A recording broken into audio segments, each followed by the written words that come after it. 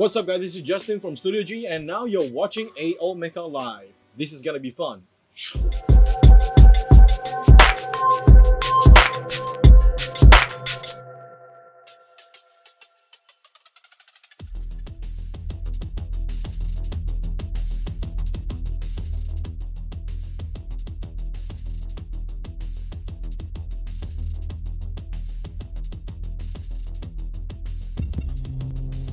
Hey, good evening, guys. Happy Saturday. Welcome to AO Mecha Live. My name is Ariel, and tonight is a spotlight episode, and I am very excited to have an amazing builder, painter, content creator, photographer, videographer. Is there anything this guy can't do? We're talking about Justin Tan, aka Studio Gundam, aka Studio G. You've probably seen his stuff all over the websites, and his launch today, or like the other day, check it out.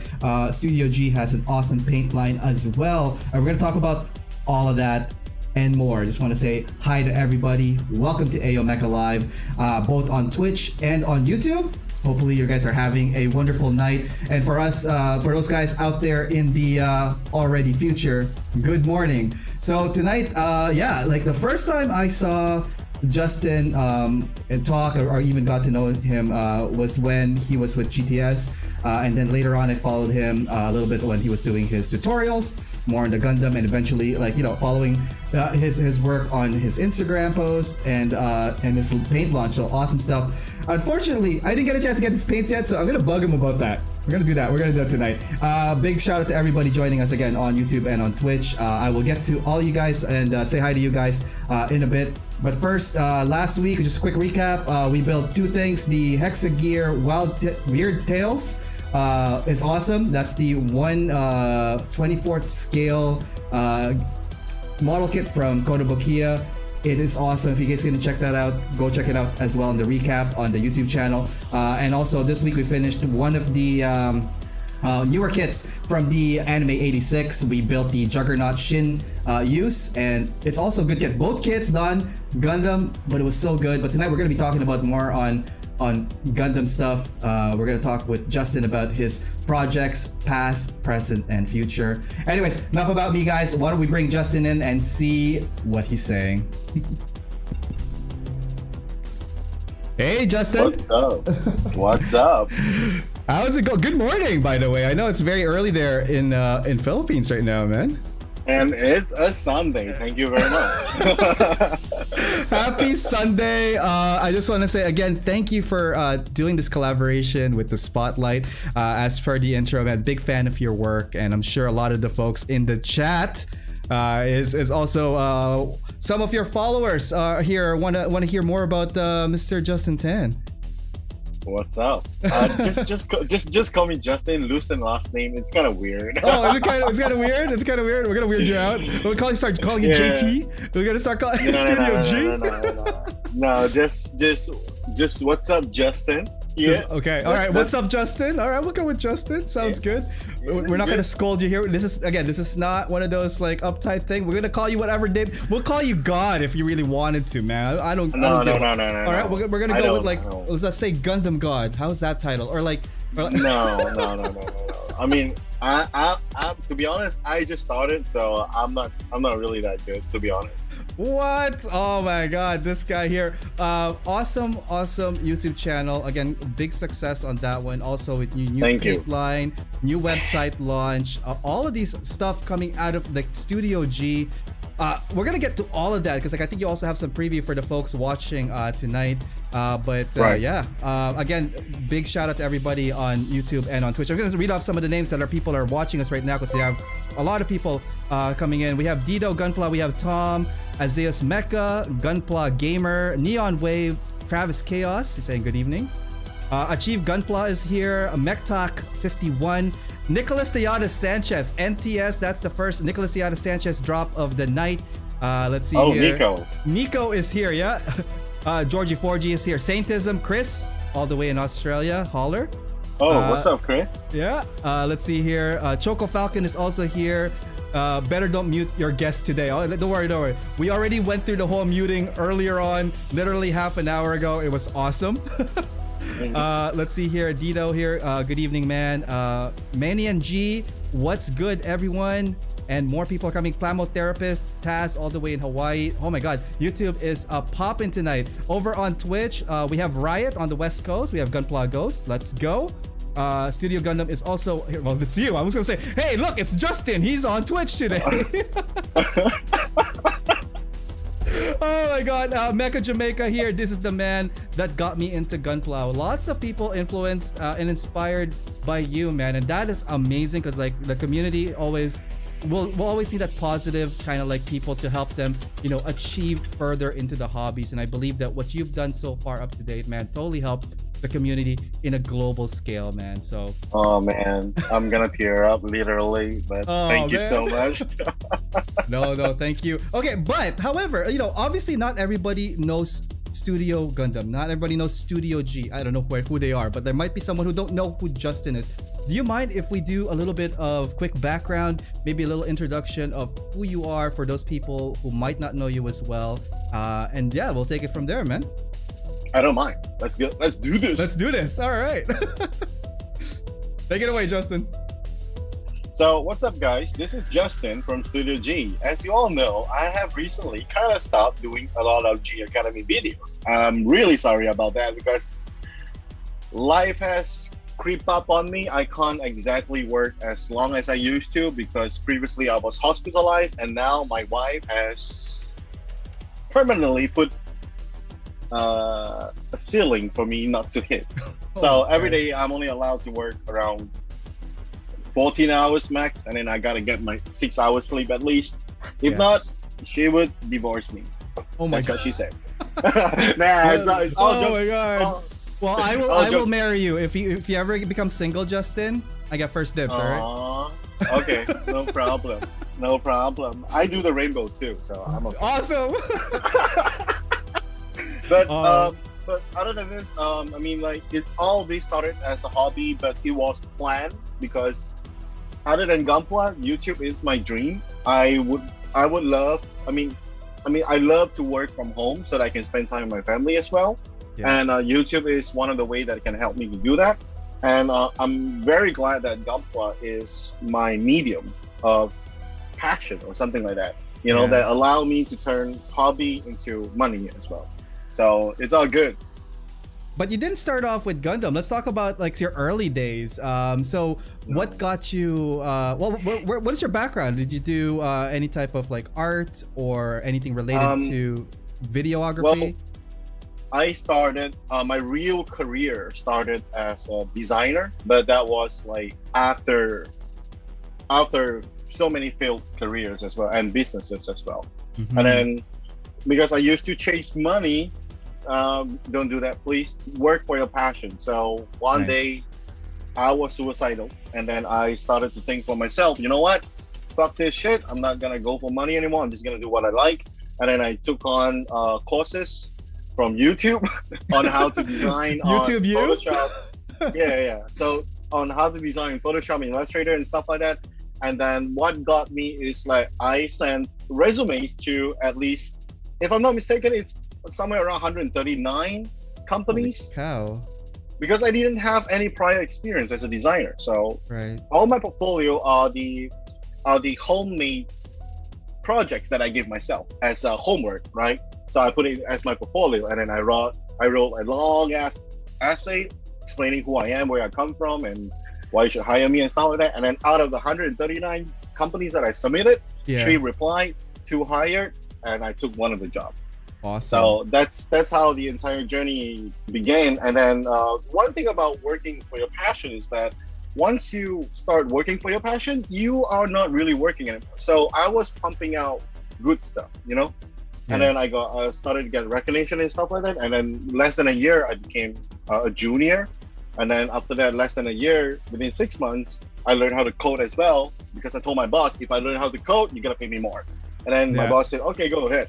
So I learned how to code, and he really paid me more. So, and then I became like almost like a unicorn full stack, where I can code and I can design at the same time. And then I got promoted into senior, and then become senior, and then become a design head, and then art director, and then my previous job was business development director because my experience, my field experience in the past, and also there's a lot of jobs that I did along the way that really help out with me knowing almost everything in the industry. So Right. I got the job, and then but at the same time, I'm always working on a YouTube channel, no matter what I do. Right? It doesn't really matter how frequent I post or whether I don't post or post at all. I Yeah. always have a YouTube channel behind me. So the channel before Studio G was a photography and a videography channel, teaching people how to do night shots and stuff like that, which is my strength. And then after that, it kind of failed because I couldn't compete with the big boys. Mm. Right?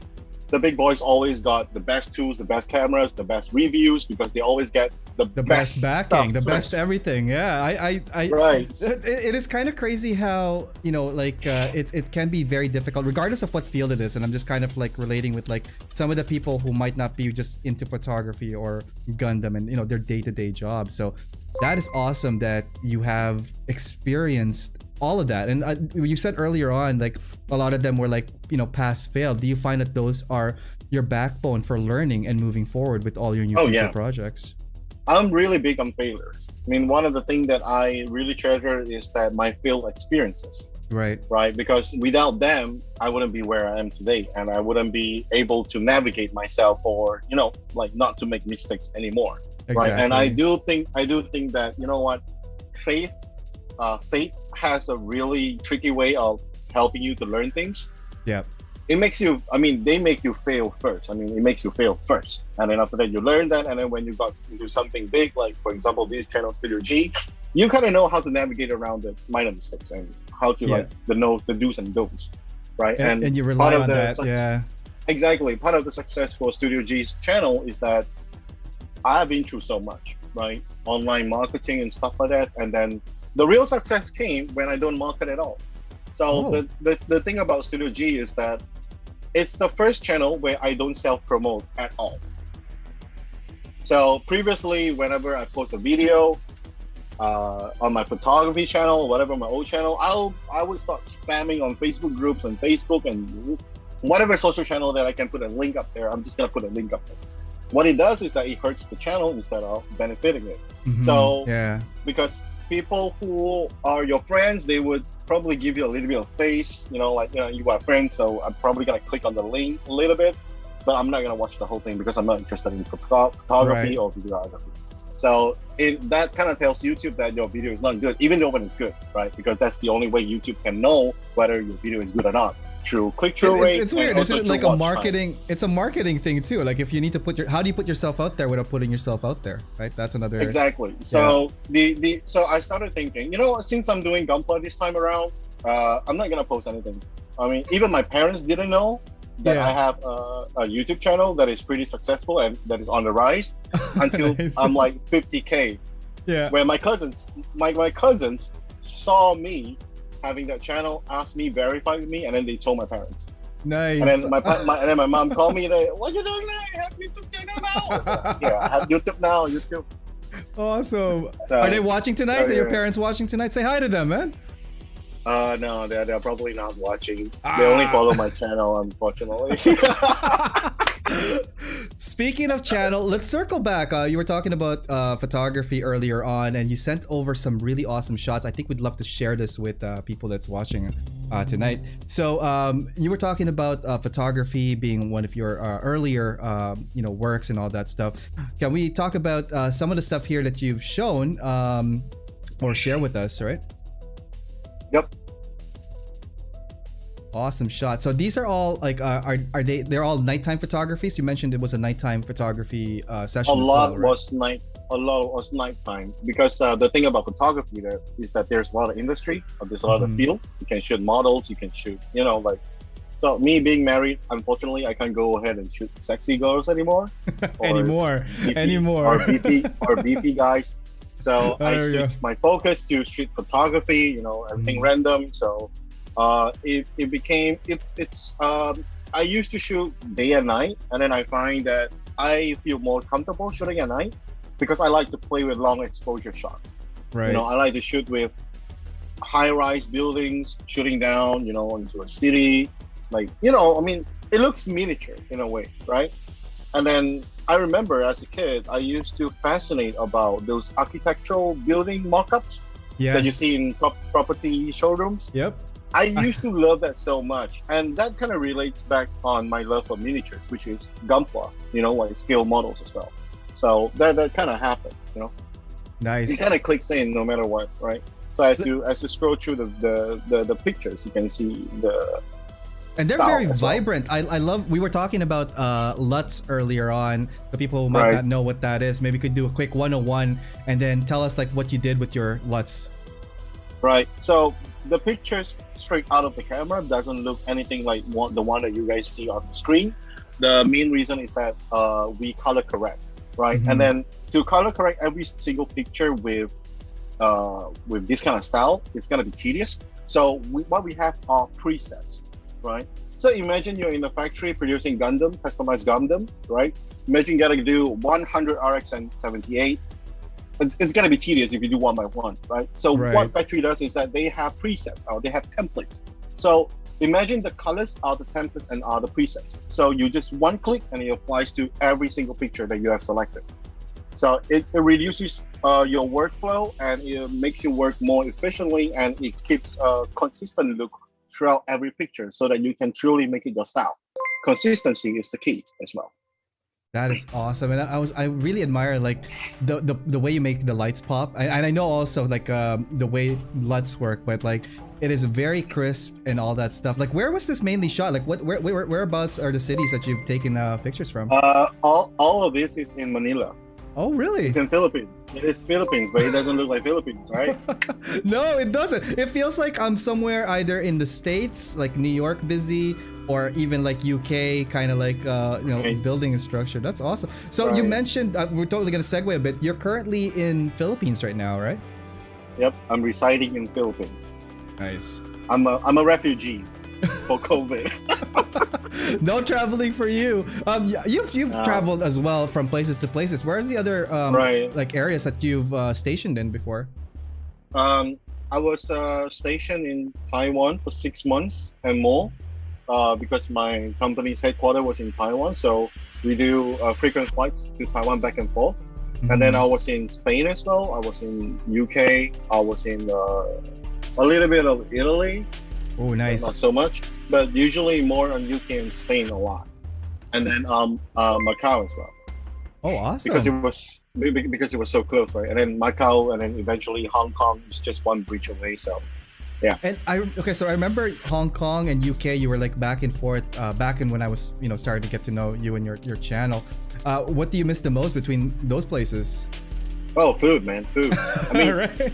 not so much for UK, but for Hong Kong, yeah. I mean, UK wise, food is food, right? Unless you go to a fancy restaurant, you're gonna get good food for sure. And if you're staying in a hotel, you're eating at the hotel, it's probably gonna be feel good food, right? But I had the best fish and chips in my life in UK, beer batter and all that. It's all good. I get to try different kind of beer as well, even though I'm not a beer drinker. Yeah. But I mean, UK has one of the best beer. Really good. Awesome shots here, and we're going through again, guys. We're just showcasing some of Justin's shots here, and they're amazing. Before we get going on that, I just want to say hi again to everybody joining us both on YouTube and on Twitch. There are a couple of people that just follow the channel, so I just want to acknowledge those guys right now. Just want to say hi to. Let's see here. Oh my God, so many.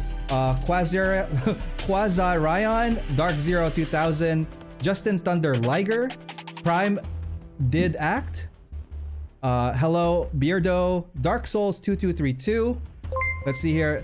J Unstoppable K, Carl AX, Shadow Drift 15. Call Me Animal. Owen is here from Texas. He resub for another couple of months here. Awesome stuff. Thank you so much for the sub there.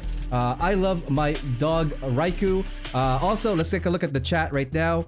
Over on Twitch, let's see here. We got Dark Soul just joined, but Gunpla is your part-time job. It's my part-time job, or is Justin's part-time job? I think Justin is Studio G now your full-time job. Oh, it is. Mm-hmm. It has been for almost a year now. More than a year now. And then for me, this is a hobby because I like talking to famous rich folks and YouTubers and content creators. You're just using this as an excuse, isn't it? Absolutely, yeah. I needed to do something with my life. I don't know what I'm doing. Let's see here. A couple of comments. Tone Bowie, yo, G-Fam checking in. Mecha Ron is here. It's kind of weird to see these two guys not talking about Gunpla. Good weird though. Oh, we're gonna get to the Gunpla. We're warming you guys up. We're here for a good while. We got a lot of photos to go through still. Let's see here. Gunpla Simon Lamb is saying, "What's up, boys?" And Randy saying hello to everybody here. Waiting on those G-Paint 2.0. Mecha Jamaica here is waiting for that, so hopefully that's going in. Over on YouTube, guys, let's see here. Ben Voigt is here. Hello, everyone. Choco Falcon, health and family first, bro. I'm sure people can wait for your stuff. That's awesome. That Choco Falcon also pumping out some really good advices and tips on his Instagram. So if you guys aren't checking it out, go check out Choco Falcon right now. Plamo Therapist, if you learn from your mistakes, it's not a failure. Oh man, so such true words. Fail and learn, and inevitable is part of the process. Mercenaries here, what's up? Custom Build 74, I do wildlife photography. Have you done wildlife photography in your career, Justin? No, not really. I couldn't catch birds. I don't know why. You gotta have a trap. You gotta have a bait. I mean, I'll try to take selfies with my dog, so I'm not too sure if that counts. That counts. If you guys are out in the forest, like Philippines forest, then yeah, I think that counts as like a wildlife or something. No, the thing is that I've been into jungles. I mean, quite a few times, but the thing is that it's all pretty touristy, so no wildlife. Probably some bugs here and there, but some insects, but no wildlife. We're almost wrapping up some of your photos here. I just want to zoom in on this one. I love architectural photography. I do long exposures as well like this. So I know I really appreciate what you've done here and like where you are situated. It's a very nice landscape. City line, view of this one. Right. For those who are interested in long exposures, like can you give us some tips if they're interested in taking up this type of photography? Okay, first of all, if your camera can connect to your phone and you can activate the shutter by your phone, do that. Right. Secondly, put a tripod. If not, use a gorilla pod or just place your cameras really steadily on the ground on the ledge. Yeah. All right. Make sure just don't touch your camera. All right. And then always find your lens sharpest point. So let's say if your lens f-stop goes from 0.18 1.8 to all the way to 22, pick the middle. 11 or 12 8, is probably the sharp. 8 to 11 is probably the sharpest point of the lens. Shoot from there and then adjust the rest of the things. I mean, there's a reason why I like shooting at night, because it calms you down, and you really have to take your time and experiment with settings throughout your sessions at night, and then just take your time. I mean, Rome wasn't built in one day, so is your photography skill. So just take your time, slowly, and don't be afraid to walk further, to climb or whatever. Make sure that you're still safe while you're doing that to get amazing shots. For example, the shots, the skyline of Macau, I had to walk like almost an hour from my hotel that time, just to get to that site, because it was late and the buses have stopped service. And there's no taxi at all. I don't know why at that time. So they just cut off. They're like, you're walking home if it's like past midnight. Exactly. So I was walking with like 4 lenses and a tripod and a gorilla pod on my backpack, on this backpack here. What do we on got? My Thule backpack. Yeah, and then the whole backpack weighs like, I don't know, like probably close to 20 kilos, because I still have other stuff like notebooks and iPads and stuff like that in that. Yeah. And it's really tough, but I get the shot. That's passion. That's the important part. Yeah. Exactly. That's passion. El pasión, as the Spanish or French. I'm not even sure what language that is, but like it's a language of passion. And we're gonna put it on that. I was gonna ask you about something about photography. I was gonna say, this shot here. I just wanted to stop real quick. This is like one of your selfie shots, but like, question on this: did you use a mirror? It's not you. Okay, I'm like, is that you? What's going on here? No. So another tip is that when you're shooting photos or when you're doing something that you're passionate about, it's Yeah. good to always find a buddy. Mm. Right? It's just like Yeah. going to a gym for a workout because sometimes you're gonna get lazy and then you can motivate him or he can motivate you or she, right? Yeah. So find something that you guys can connect with a friend or something like that, and then you guys can do it together and develop the passion together, right? Like for example, my friend right here, the one that I shot him, he gave me a lot of advice in using lens, you know, in camera settings, in how to rate your photos and stuff like that. Because he's a professional, like he makes a living out of this, right? For me, I'm not, right? So he gave me a lot of tips as well. So find someone that you can relate to in terms of your hobby and your passion, and then work on it together, right? He can be your mentor or you can be his mentor, right? And together you guys motivate each other to go to the extreme, take some extreme shots, do something else, you know? And again, it's all about friendship and networking. And the thing is, like, it applies to so many hobbies and mediums: photography, videography, Gundams, painting, artwork. Oh man, you must have met some really interesting people along the way in this type of field, eh? Yeah, I mean, you always meet. I mean, you meet a lot of people, right? And then you find that a lot of people are shit as well. So it's a double-edged sword. Absolutely. Awesome shots here. Okay, we're wrapping up the photos. I just want to say, man, these are awesome shots. Like, especially like the down views, like the higher up you are, and getting all of that different variations of lights. Again, night really just brings up, but also patience is key. Because like for me, it's like you know, getting the right time of light without overexposing it, because sometimes you can do that as well. But man, these shots are awesome. What are you rocking usually with these shots, man? These are just Canon 80D, EOS 80D. Nice. So it's a APS-C mid-range camera. It's not really the best camera. It's not full frame or anything. Yeah. But it's really not about the camera. It's just how dedicated you are in terms of getting the shot. Like for example, this shot, I had to call out my friend because I wanted somewhere nice, somewhere high, and I had to go to his house in the middle of the night and then turn off every light, TV, everything, you know, so that there's no light reflection because the window doesn't really open in those high-rise condos. And so to make sure that there's no reflection, everything has to be turned off. So absolutely. I mean, he was crazy enough to play along as well. So yeah. It's always fun to have crazy friends. We also talked about videography earlier on. I have a video here on deck. Let's hang on. Let me set that up because I think I need to kill the house music first. Okay, sorry about that. Sure. We're gonna go with that. And let's take a look at this video by Justin.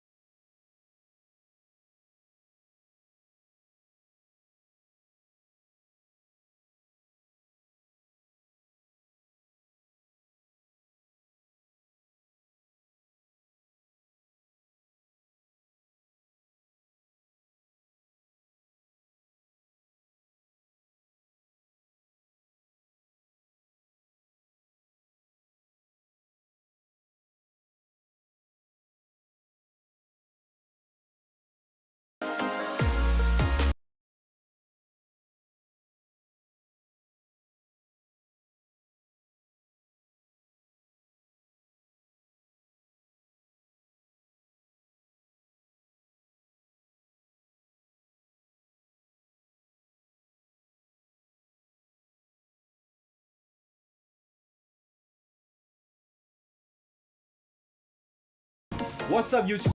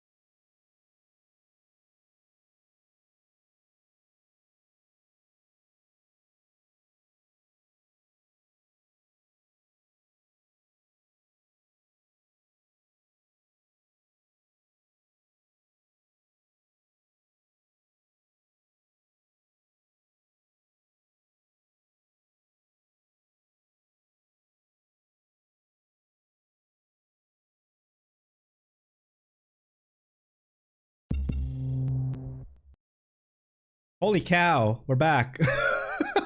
I just had some like lots of like eye candy on that one. I don't know about you guys, but wow, just an awesome transition, fades, cuts, edits, magic, wizardry. Man, like I don't even know where to begin to dissect that video because it was just filled with awesome. Guys, hopefully you guys are watching both on YouTube and Twitch are just had a treat. So Justin, thank you so much for that. Can we talk a little bit about the video? A little bit of like, you know, some of the stuff that you included there that is now transferred over. And you know, like lots of like visual like awesomeness. I want you to tell me what that videos were about, man. Right. So mostly that video is a short compilation of whatever that I've done in my past. Those the one that I'm pretty proud of. There's a lot of shit as well. Because well it's I mean, I make videos whenever I travel about tutorials or whatever, you know, about photography that time, obviously. So usually at the start of the video. Right. Usually at the start of the video, I would do something like intro, something like that. Yeah. You know, just for the fun of it, instead of like, hi, what's up, guys? Today. Hey, what's up, guys? Do you still have that voice? It's like, hey, what's up, guys? Today we going to do the Gundam. Oh my god! Boom! Can as a prank video, would you do that in the future? Just kind of like. Oh, I would. If I got the chance to collab with any YouTubers, you can see me appearing at the back somewhere. Yeah, that's awesome. So all of those are intros. We're talking about some of like your signature transition, signature motion. Like, can you talk to us about like, you know, some of the styles that you like to play around with? I used to like to play around with fast speed ramps and slow mos as well, but recently I think I've gone to a more calm transition, more of a strict cuts, quick cuts, and so recently I did take a trip. Despite COVID and stuff like that, we make sure that everybody got medical certificate, we got cleared to travel within the country, and then everybody who travel within the country has to get cleared. So we are pretty sure that we are safe. But that doesn't really mean that that's not the case. But recently I did take a trip to Bulacan, which is one of the states in the Philippines, here in Manila. So imagine it's like you're from Toronto and then you travel up to Rocky Mountains, something like that.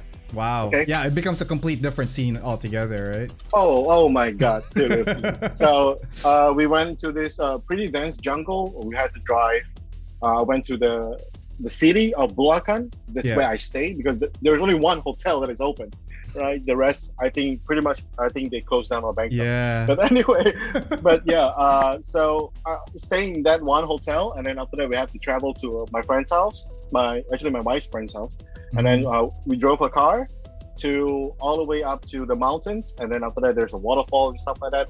So that video is going to be premiered later today, and I'm pretty sure later Ariel is going to be showing you guys some sneak peek as well. Exclusive video here, guys. That's going to be towards the tail end, part of the future of Studio G. Oh man, I'm kind of excited. Right. Thank you for sharing that. I can't wait to share with these guys.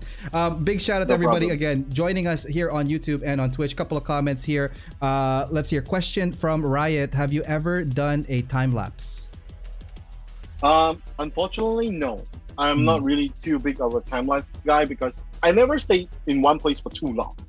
Right? You want to get really good time lapse, you gotta be there for like hours, like Yep. 2 hours, 5 hours. You want to get sunset time lapse or sunrise time lapse or transitioning city from evening to night. You gotta be there for like hours, right? And I can't leave my gear there for hours. So Yeah. I haven't done it before, but I've done a lot of time lapses on Gunpla stuff, but that is nothing. Yeah, but I think it's time lapse with Gunpla. Like I've seen that a lot. You put like your overhead or like a side. I love your rolling one, by the way. Like when you have like that time lapse of the roll. Those things are really cool.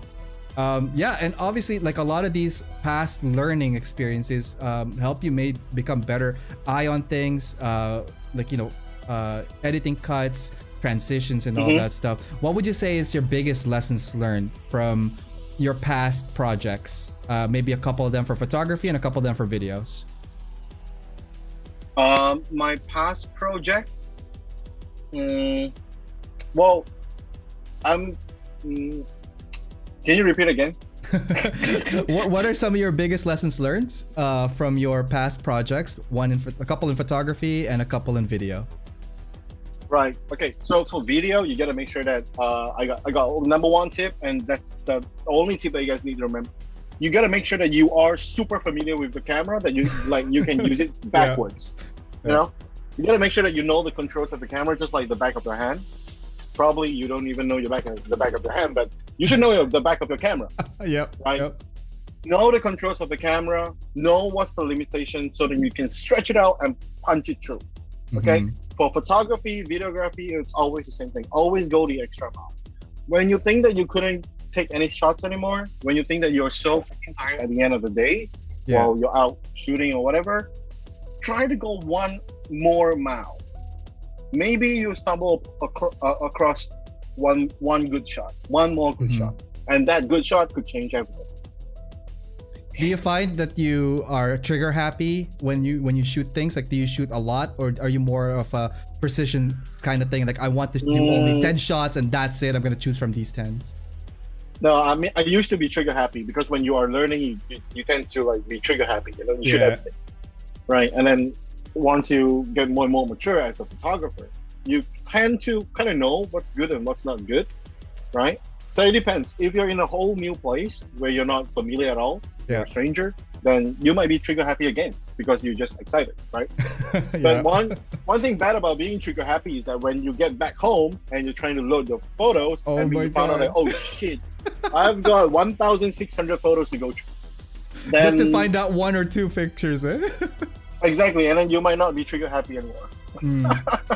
Good to know. Awesome stuff. We're gonna do a break after I think we go through the early work. Cause like I wanted to get into Gundam. Let's dive into that in a bit. Let's go before we get to the images. We have a couple images here for you guys. Some of Justin's earlier work. What got you into Gundam? That's gonna be one of the most asked questions for you then. Right. Okay, what got me into Gundam is because, well, I always like miniature. Like I told you guys that I always get fascinated by architecture, building, mock-ups and stuff like that. And I always like model kits, and I've always liked robots as well, right? We watch Power Rangers, they have robots fighting at the end scene. I watch Beta Borg as well. I'm not too much of a Kamen Rider fan, but more towards Power Rangers. And I always so sorry, Papa like No robots. Gunpla, he doesn't like Kamen Rider. Get the hell out of my channel. No, I'm kidding.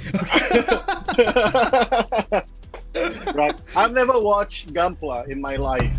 Okay, I know what Gunpla is, but I've never watched Gunpla before. So one of the motivation was that, okay, you know what? The photography channel is failing on YouTube, and I couldn't compete with the boys because the lenses and everything, the gears are so expensive. Yes, and you couldn't just buy one new lens just to review, right? So I couldn't do that. So I kind of searched around, or what can I do? And then I got to know about Gunpla, and then after that I talked to my wife as well. So one of the proposal was that instead of buying one lens, I can buy 20 Gunplas for the same price. And with 20 Gunplas, I probably can stretch it out to 30 to 40 videos. That's right. Yeah. So at that time, the entire motivation was about that I could get on YouTube, I could do a lot of videos on the cheap in terms of material versus photography stuff.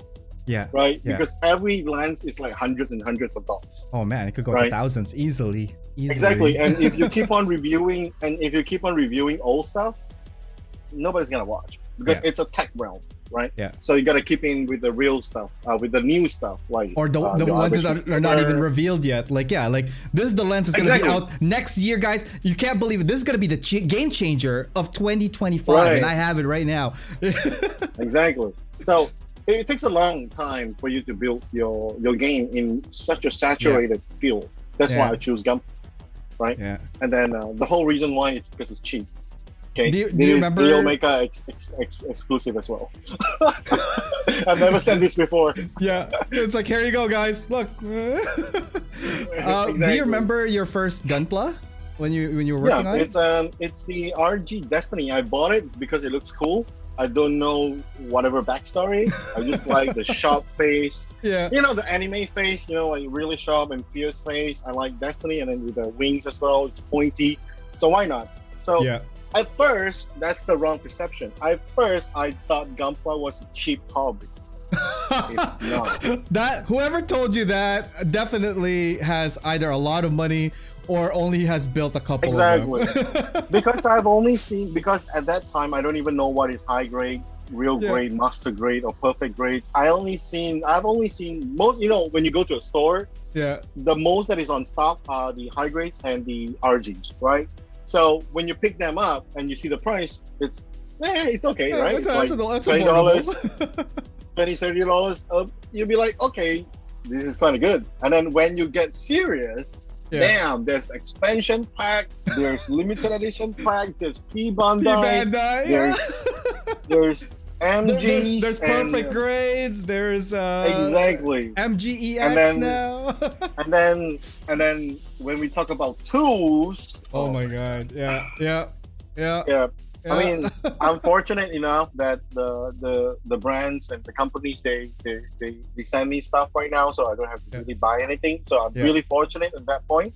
But still, the journey to there, I mean, I did spend a lot of money on tools as well. You know, on paint tools before I developed my own G paint. Spent a lot of money on spray can, and I end up didn't use a lot of them because I switched to airbrush immediately because I hate spray cans, even though I was gonna ask about that, like your coloring experience, because like we're gonna get to the whole G paint in a bit in production, because I have a whole bunch of questions for that one. But like some of the questions that was asked as well was like, you know, where did you get started with coloring? Like I know you mentioned cans right now, so Tamiya and spray cans would be your first run at it. Right. Yes. My first customized. My first Gunpla is the RG Destiny. That's where I experimented on him. Like I drill holes with him, I scribe with him, just to like get yourself familiar with all the tools and stuff like that. And also I did some enamel wash and stuff. I mean, he's ruined right now. But my second Gunpla, which is the RG red frame S03, that was my first customized, which is my second Gunpla. Oh, let's go to that. Let's go to that. Like we have that on deck as well. Like so people can This is my first customized Gunpla. So it's nothing fantastic. I didn't scribe. I just did normal panel lining and switch up some of the colors of the S03. But I'm still pretty proud of myself because this is my first. Right. And it was really hard, as in I didn't know anything, right? And then part of the experience is that the spray can experience came from this, and I really hate it because the coats are really thick. It doesn't really show in the photo, but they are really thick in real life, and we are always striving for better, right? But yeah, these are the early pictures that nobody can download on free wallpaper. Exclusive because I lost the HD files, so these are not exactly HDs. It's good enough for the show. We're not really HD. If anything, we're 720 streaming over there Afghanistan, somewhere Middle East. I don't know. Right. So basically, as you can see, a lot of the parts were hand painted as well using Tamiya's acrylic paint. That was also my first experience with hand painting. So I didn't start with airbrush, just like anybody else, right? Yeah. Started with spray cans, and then immediately on my second build, which is on the Mark II, the RG Gundam Mark II, 178, that I started using airbrush for the first time, and I still have the airbrush. If I'm not mistaken. What was your first? What do you remember the airbrush you used? It's the cheapest airbrush you can find. Usually, it's under the branding of what KK Moon or something like that. Are you gonna show it to us? All right, let's take a look. Here's some unboxing and showcasing here. This is the first airbrush. It's the one with the cup attached, right? Yeah, yeah. And the one with the nozzle that splits out. Usually that's not it. Oh, that's awesome. Yeah, I think it's a 0.3. It's the most generic airbrush. Yeah. There is. 0.3 is very versatile. Exactly. So one thing that I always tell people whenever they ask for advice is, what kind of airbrush should I buy? Buy this one. The cheapest airbrush you can find, buy it, because airbrush is airbrush. I mean, whenever you get better, you always wanted something more. But how do you know whether you like it or not without even trying in the first place?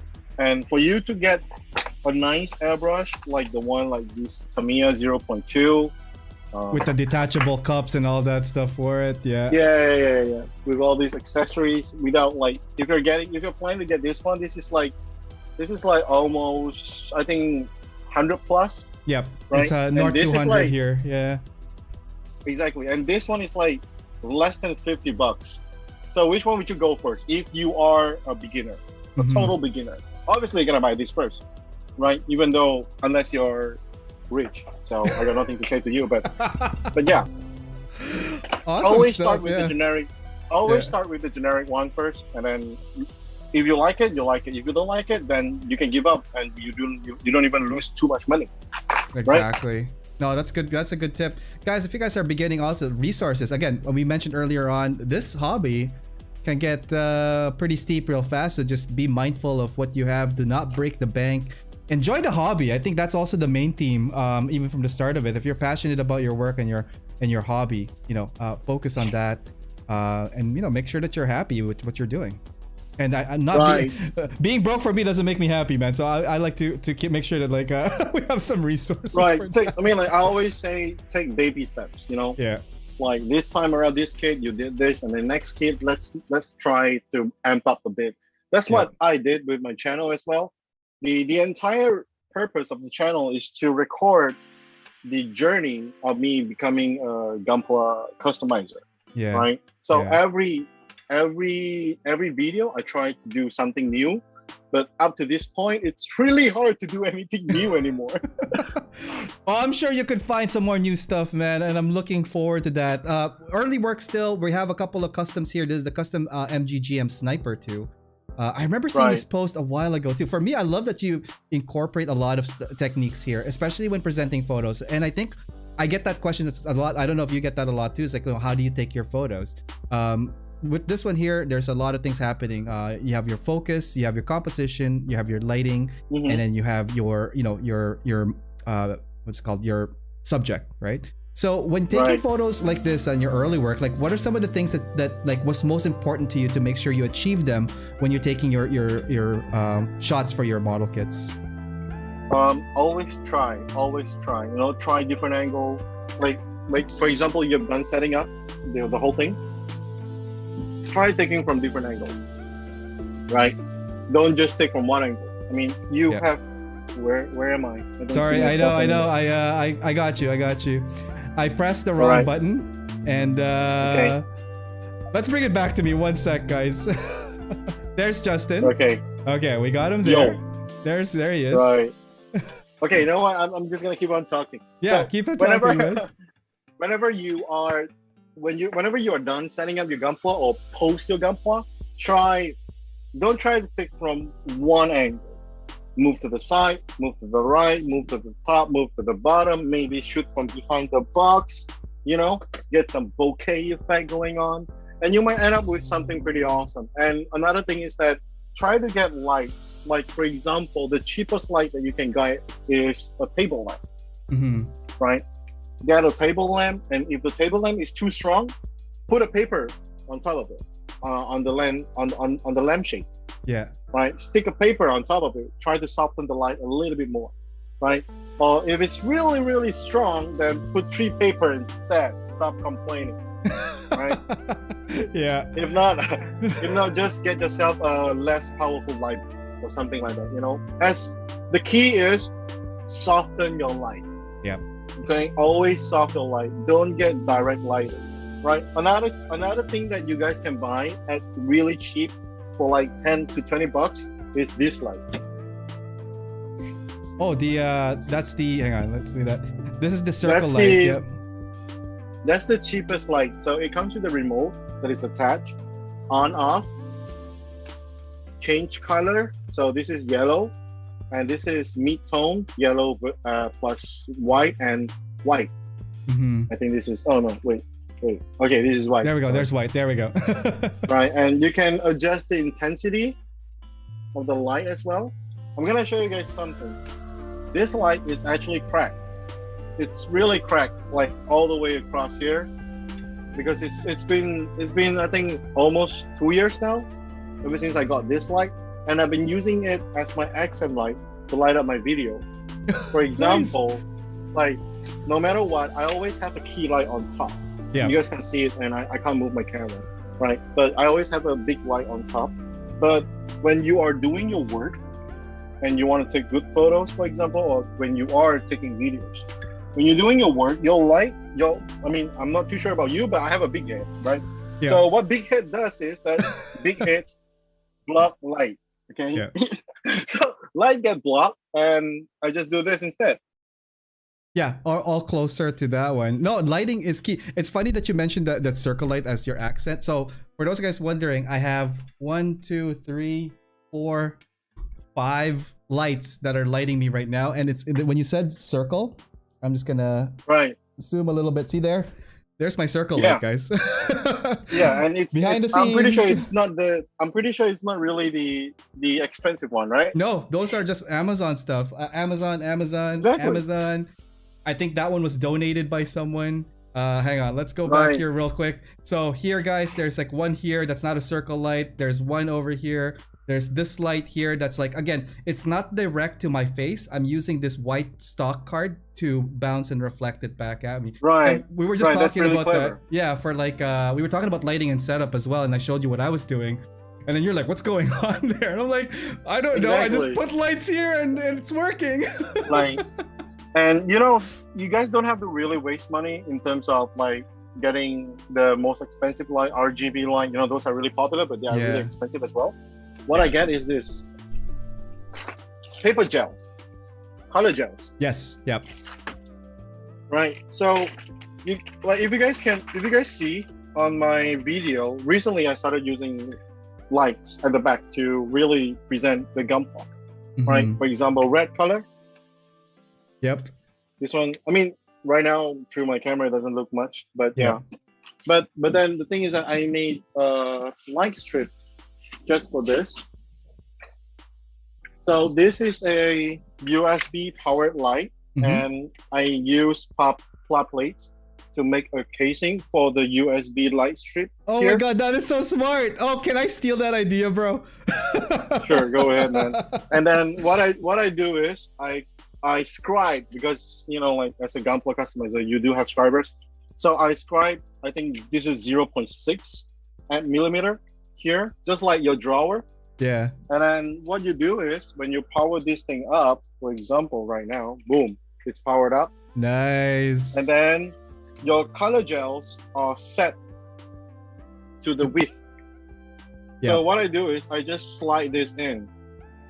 It's a drawer, yo. Yeah. And can it only slot one, or can you stack?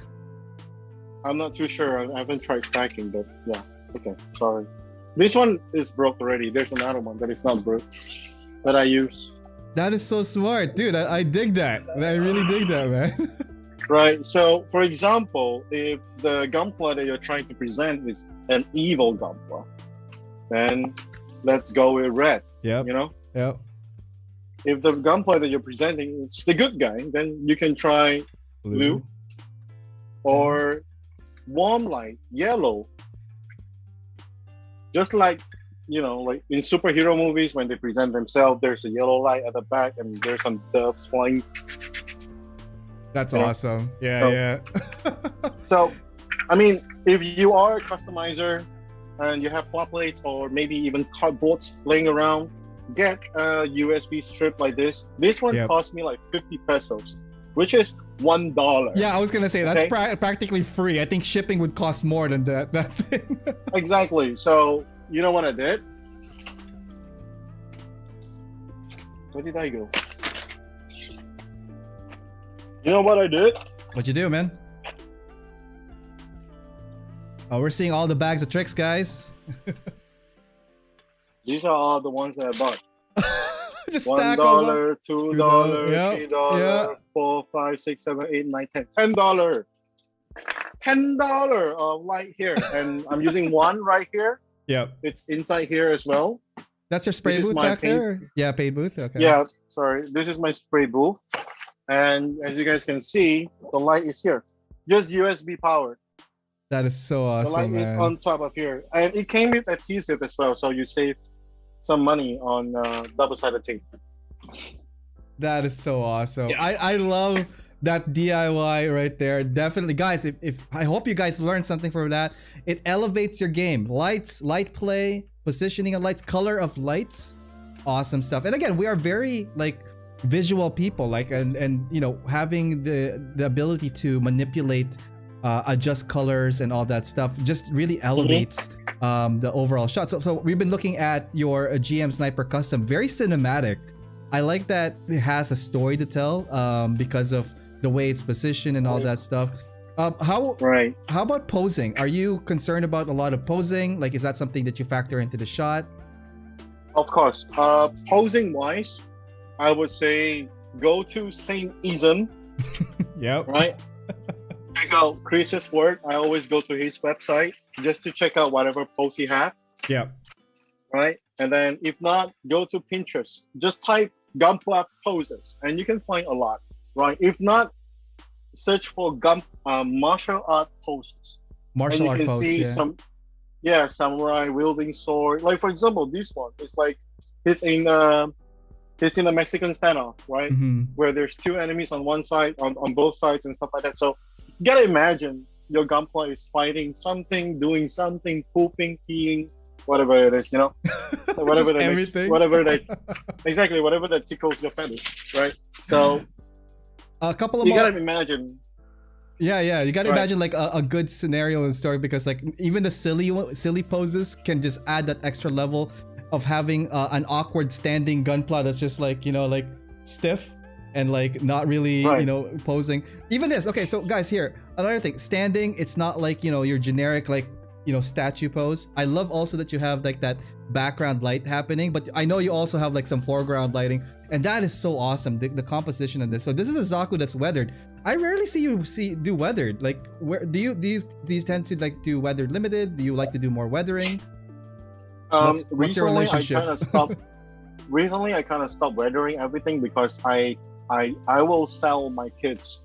I mean, eventually, right? Mhm. Yeah. Every kit that I build, I do not keep them. I do not intend to keep them. The main reason why is that they take a lot of space, and Yep. I'm constantly creating, right? So I don't have space. Like most of the boxes that you see on top or at the side, those are actually finished kits. Mm. A lot of them are finished kits because I didn't have the time to post, and because whenever you post something like you want to sell a kit, you tend to get a lot of messages. I didn't have the time for that, so I Yeah. haven't got the chance to sell any of the kits yet, unless there's someone came in and said, "I want to buy a kit right now," right? So I need my Nice, price, yeah. and then we got on with the deal instead.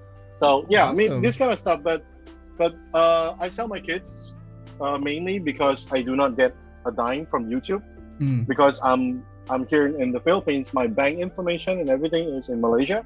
Yeah. Okay. So Google couldn't identify my identity. So currently, every single penny that I earn from YouTube or Amazon or even Patreon is stored online. So that's my savings account right now. Right. So Your nest I egg is I sell my- online somewhere. I sell my kits whenever I need funds, and I'm telling you guys, there's gonna be a sale coming. All right, don't forget, guys, check out his website. There's a sale portion there. This has now become an auction. Tell you what, we should do. Do you mind, Justin? Like, we'll do a show and we'll just do an auction show, for one of your kids, and we'll just do it live. I don't know. Yeah, maybe. I don't know. Yeah, maybe I can put one for auction. And There we go. Probably can donate. Probably we can donate that to charity or something. Oh, awesome! Yeah, I'm if actually you're, putting. if you're into it. Yeah, I'm actually working with some people. We're trying to put together a charity event for the summer. So that is obviously new news for everybody as well. But like, yeah, that's something I was kind of interested in. And then if you could donate to that or want to help out on that, Justin, the invitation is out there right now for that. Awesome. A little bit about the Zaku. I love the Zaku, by the way. Out of like the sets that you've done, just because I think it was weathered, and that like in my head kicked in, going like, hey, this is different from what, you know, something that Studio G would paint. What did you enjoy the most about weathering? You know, and you know, if you are to weather again, what are some of the stuff that you'd like to focus on?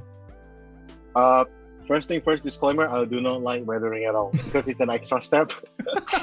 Right?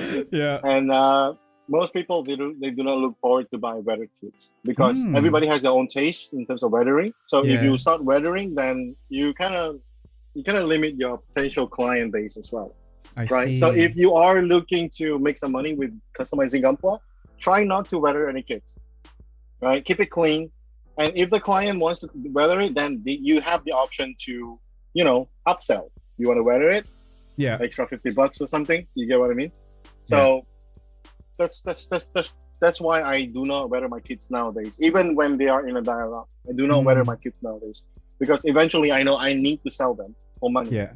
And then it will just be more presentable in a clean fashion than it would have been. Exactly, because some people, they fashion. do not want the diorama, or if the diorama is too big to ship, then the kit would look really weird if it's alone and weathered, right? Do you have, if you don't mind me asking, are like most of your clients with purchases kits, are they more in Asia or are they international? All around the world, I would say. I got some to Italy, France as well, UK, US, and pretty much that.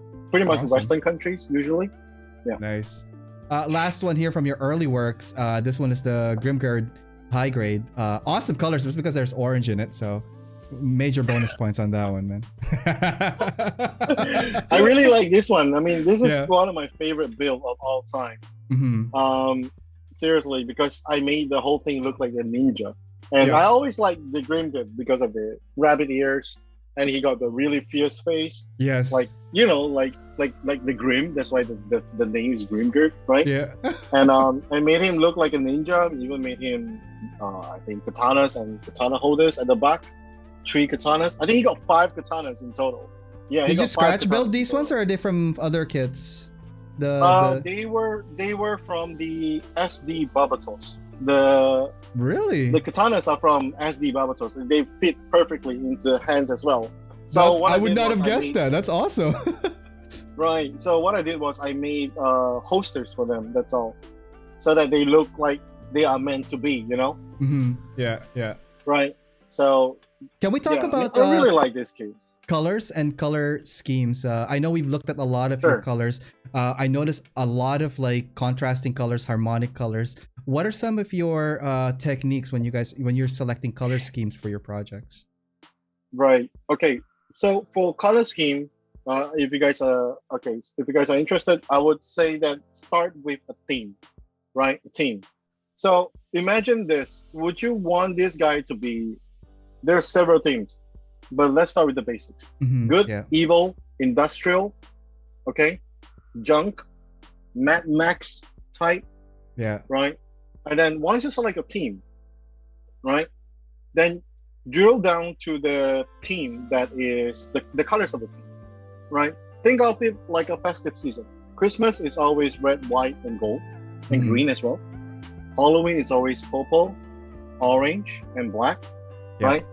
New Year's is always, New Year's is whatever color, right? It doesn't really matter. But basically, every field, every industry, or every team, they have their own color scheme.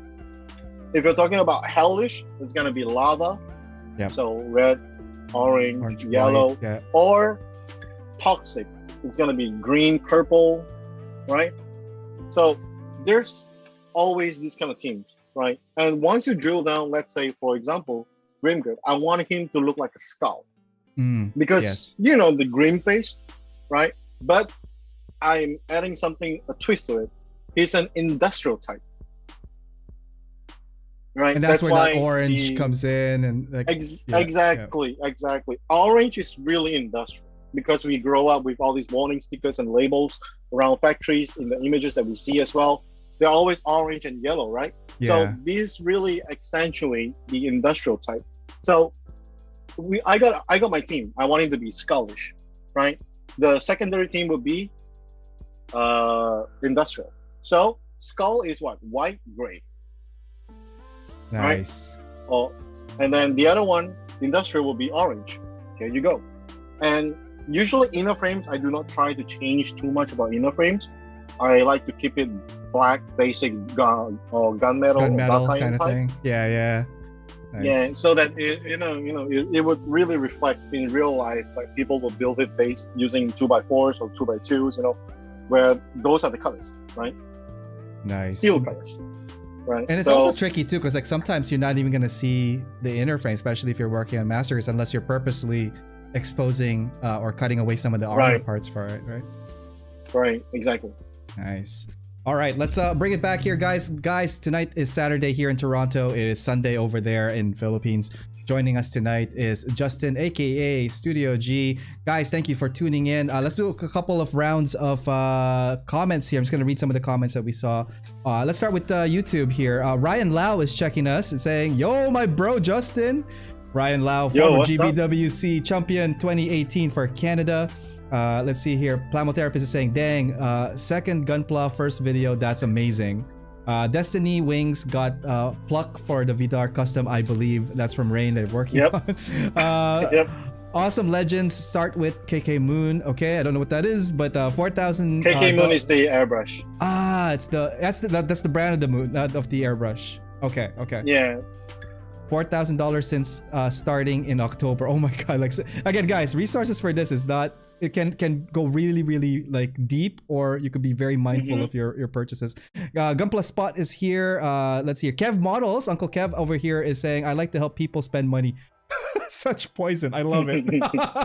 Saintism is saying, "Try a Masamune Megami device kit if you're looking for something different." Damn straight Gunpla ain't cheap. That is from Neon Wave. Gunpla Spot is saying, "Hey, how's it going? Hey man, Studio G." Let's see here. Yeah, we had a little bit of technical difficulties. Sorry about that, guys. I'm gonna steal this idea. That was for the LED strip earlier on. Gunpla Rotzi is here too. Chris, what's up? ATL represent.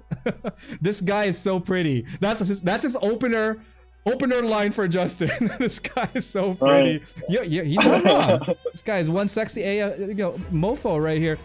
Just hate to see this pretty ass. Just here to see this pretty ass man. Gabriel Moriera is here.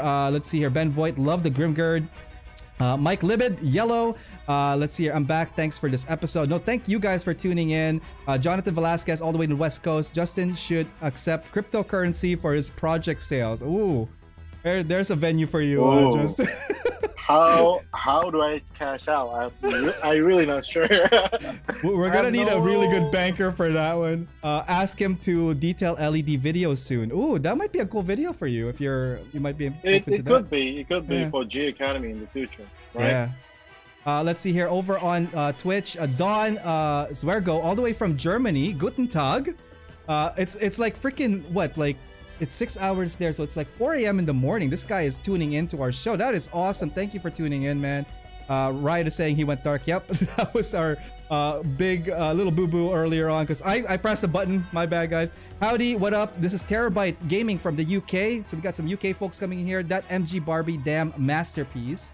And there's a question here from you, from Don. Justin, where do you place your DIY color lamp? Do you have a specific place for it? Yeah, he has like that bag or something that you store all your DIY colored lamp in, right? What is colored lamp? Oh, I think that the LED strip that you put the gels on. Oh, the colored gels, yeah. Yeah. So he has like a bag or something for it, right? Yeah. Yeah, it's really cheap. It's like $10, I think, for a bag. Where he comes with assorted colors. He's saying no when he uses it. Oh, where do you place them in your shots? Do you tend to put them more in the background or more in the foreground, interior or front? imagine this. I'm just gonna show you guys real quick. Imagine this. Oops, sorry. So, your table is your table, okay? And then what you do is you put a platform.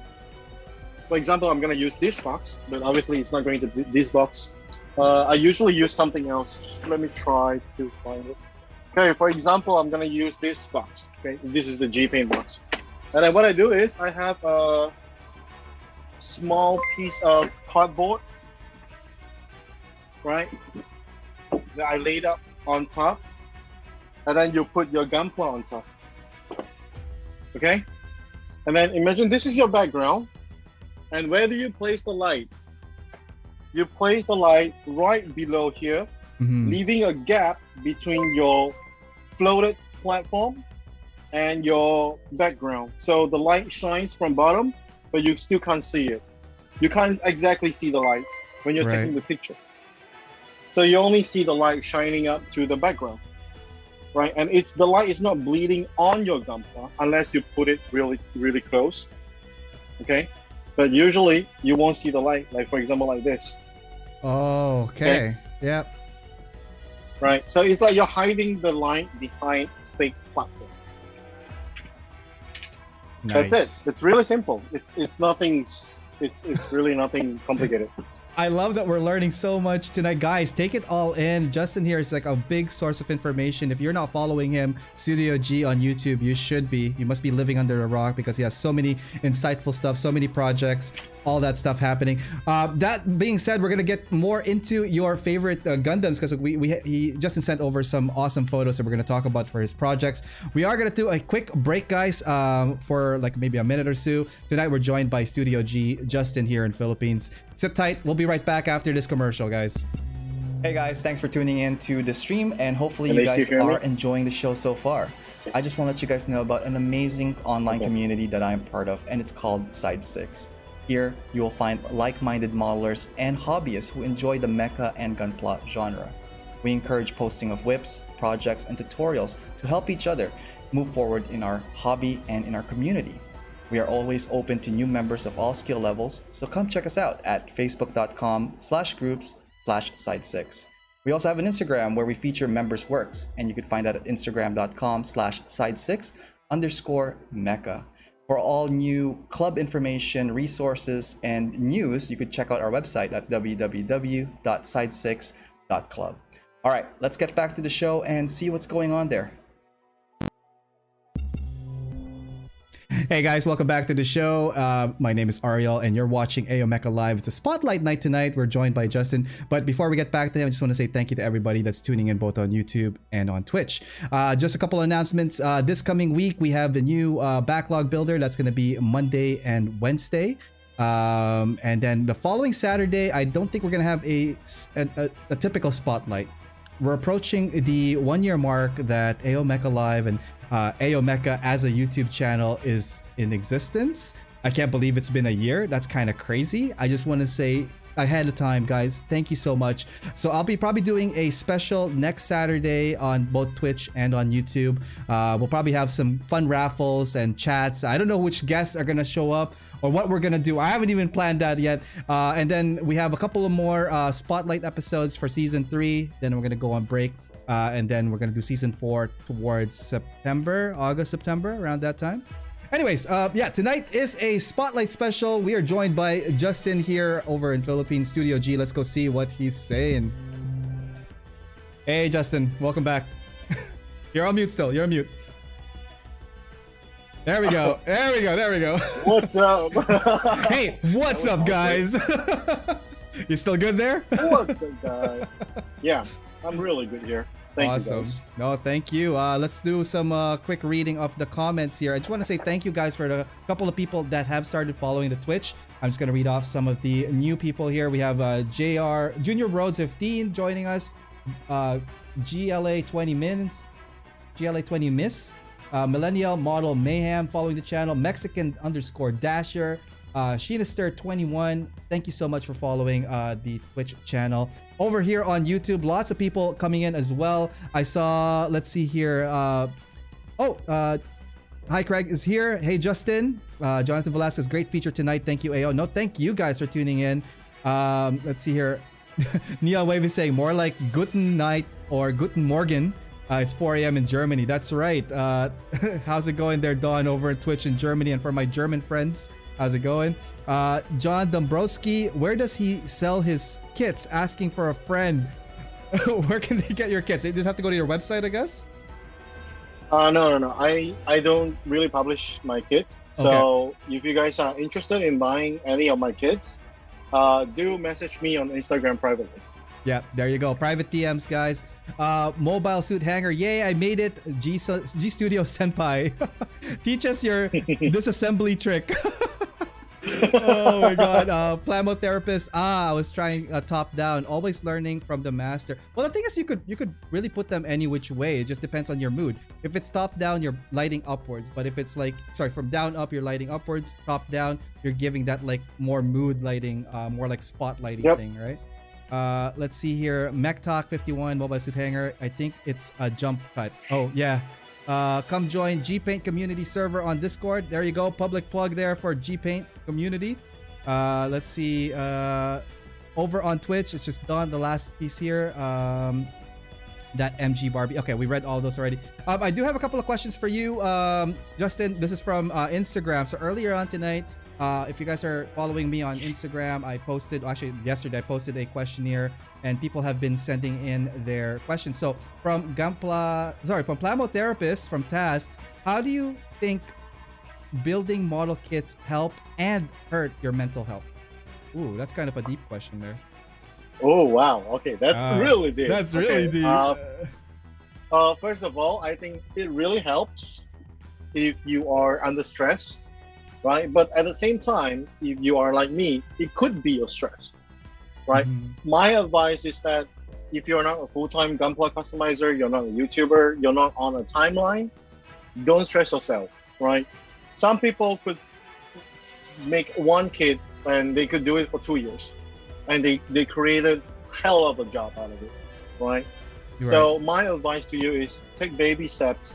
It's supposed to be a therapy thing, hence Plamo therapy, right? Yep. See what he did there? Right? So it's supposed to be a therapy. Don't do it the other way around, right? Unless this is your job, you got a schedule to follow, then yes, it might be stressful because it has become your job. But if not, then take it easy, right? And don't worry about getting the best tools here and there. There's a lot of makeshift stuff that still work just as good.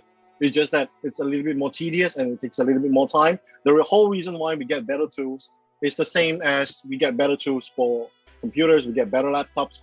I mean, every laptop can go to Google Chrome, can edit videos or anything. It's just a matter of how fast you can do it, how efficient you can do it. So don't really stress out about not having enough money or whatever to get the best tools to start customizing.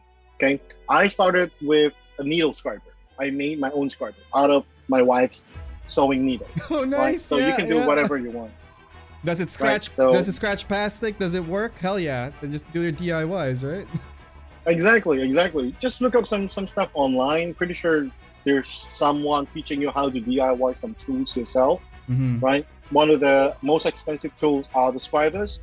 And I've used photo etch one. I've used the makeshift one that I made from needle. Just cut it at an angle and then just sand it down, and it works just fine, right? If you're just looking for a mediocre scribing and you're just starting, before you know whether you like it or not, you can try it and make a scriber out of for yourself, right? And in terms of building Gunpla, don't even worry about getting the best nipple. They don't matter at all. It's all about sanding techniques. Nice. Next question here from Mech Talk 51. Do you sleep? Legit question. Oh my god. You said you got 6 hours sleep, but like, do you sleep? Recently, I got no choice but to sleep for 6 hours. But previously, I sleep in my studio. Oh wow. Right? On this very chair, I sleep like this. I'm gonna show you guys. Oh my god. 2 hours. Jeez. 2 hours. 2 hours. Next question for you. This is from Gunpla Gamer. What made you start the Gunpla hobby? Top 3 Gundams, not necessarily top 3. So I think we talked a little bit about what got you started to the Gunpla hobby. So we're gonna skip that question. Let's go to the second part of that question. Is like top 3 Gundams, not necessarily top 3 Gunplas. Okay. GM Sniper, Barbatos, and recently I kind of fell in love with the Curios. Ooh, yes, because of orange, and it's awesome. Last question here before we jump into some pictures here. What's your favorite IBO mobile suit? This is from Okamichi_factory. Oh, obviously it's the Barbie, but which form are you asking me? I'll probably talk about the original form. Not the original form in the first episode, but the completed form, the MG Barbatos, that form. That form is really sexy. Nice.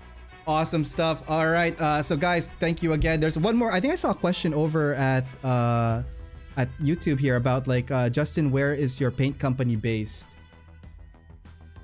That is from Mike Libid. Oh, okay. Where's my company based? Your okay, paint so company. currently Yeah. the paint, the whole reason why we have the new G paint is because we switched manufacturer. Right. Previously, it was from Philippines because I'm here and I get to work closely with one of the local manufacturers here. Nice. A lot of people, not a lot of people, but there are some haters there that were saying that Japan is a scam, that it was repackaged or something like that. But no, it's not repackaged. Trust me, I can vouch for that. Our manufacturer can vouch for that. Yeah. Right. And the second line, the second version of G-Paint, the new G-Paint that was recently announced, is totally my formula. Like 100%, it's my formula. I work with a manufacturer, invested a lot of money as well when it comes to stocking, inventory, because for them to start producing for me, I have to order like 8 colors, and each color, it's 1,000 liters. So how can I repackage that, right? How can it be someone else's product? If it's right? you doing it, yeah. Exactly. So it's not private labeling. I don't do that shit, okay? Because it's really just not right. Yep. Right. Yep. And then, the paint itself is really different from whatever that is out there because I base the paint on what I need. Right. I hate doing priming because I'm always on crunch time. Yeah. So if a paint can allow me to skip priming at all, because when it comes to priming, I look for two features mainly. One is priming helps with adhesiveness because I do a lot of masking. So if you don't prime a kit and you paint on color straight, yes, you can do that, but they get scratched off really easily. Right. So I improve on that. So you don't really need priming anymore for you to allow yourself to start working on the kit, right? Secondly is the toughness of the paint, right? And also the coverage, basically, right? So when it comes to the new G paint, there's some questions about the yellow, not the white, but the yellow. You know what's So funny? one That thing was that the I wanna first say- comment that I saw earlier on. I think Skyer, shout out to him if he's on the chat. He posted because he tried your Right. G paint yellow. And you're touching base on yellow. I'm kind of curious, like, what is your POV on the yellow paints that is coming out Okay. from you?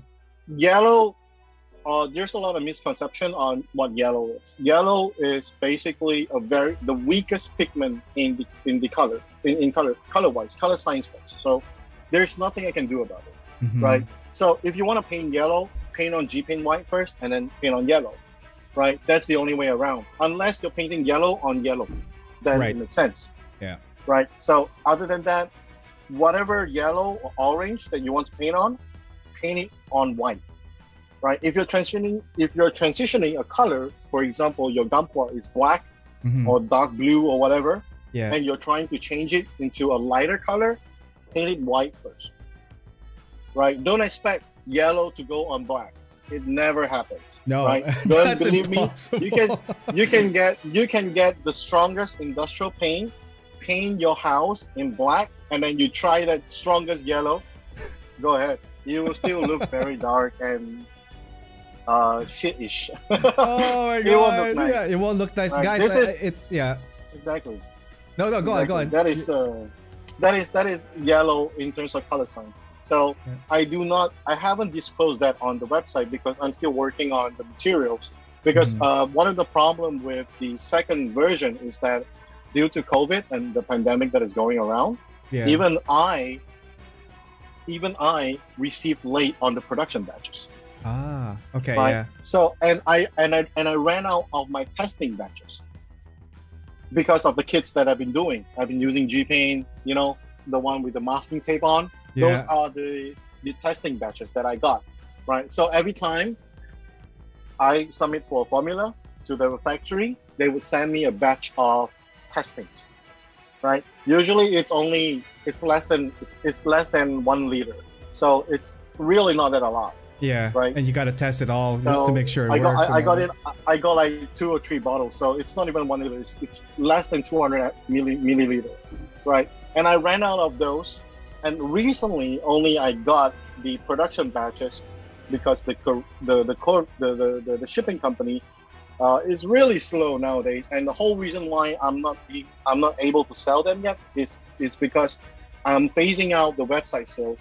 Mm-hmm. Right. On my website itself. The website is going to be converted into an information website, right, where you can get all the knowledge about G-Paint, how to use them and all that. And trust me, a lot more content will be uploaded into the website for you guys to check out. Tips and tricks, color charts and stuff like that. And I'm alone, so you got to give me time to work on all those, right? And I can only work on all those when I'm working on a kit, because I don't want to purposely open up a bottle and waste it, because shipping the paint into a certain country, like for example, shipping 10 boxes of G-Paint in, it's really hard because you need permits and stuff like that, right? Because you're shipping in larger volumes right now, and it doesn't make sense for me to ship 1 bottle of paint to me. Yeah, you get absolutely. what I mean, right? Yeah, because yeah. right now it's being produced in Malaysia. Previously, it was produced in Philippines. That's why I can get access to paint all the anytime, right? But at the same time, when it comes to business, from a business standpoint, you produce the paint in Philippines, and then you package it in package and manage the whole paint in Malaysia and ship out to the rest of the world. It doesn't make sense. There's 2 times shipping already. Because you got to send it to one part package and then ship it out. Yeah, the cost on that must be astronomical.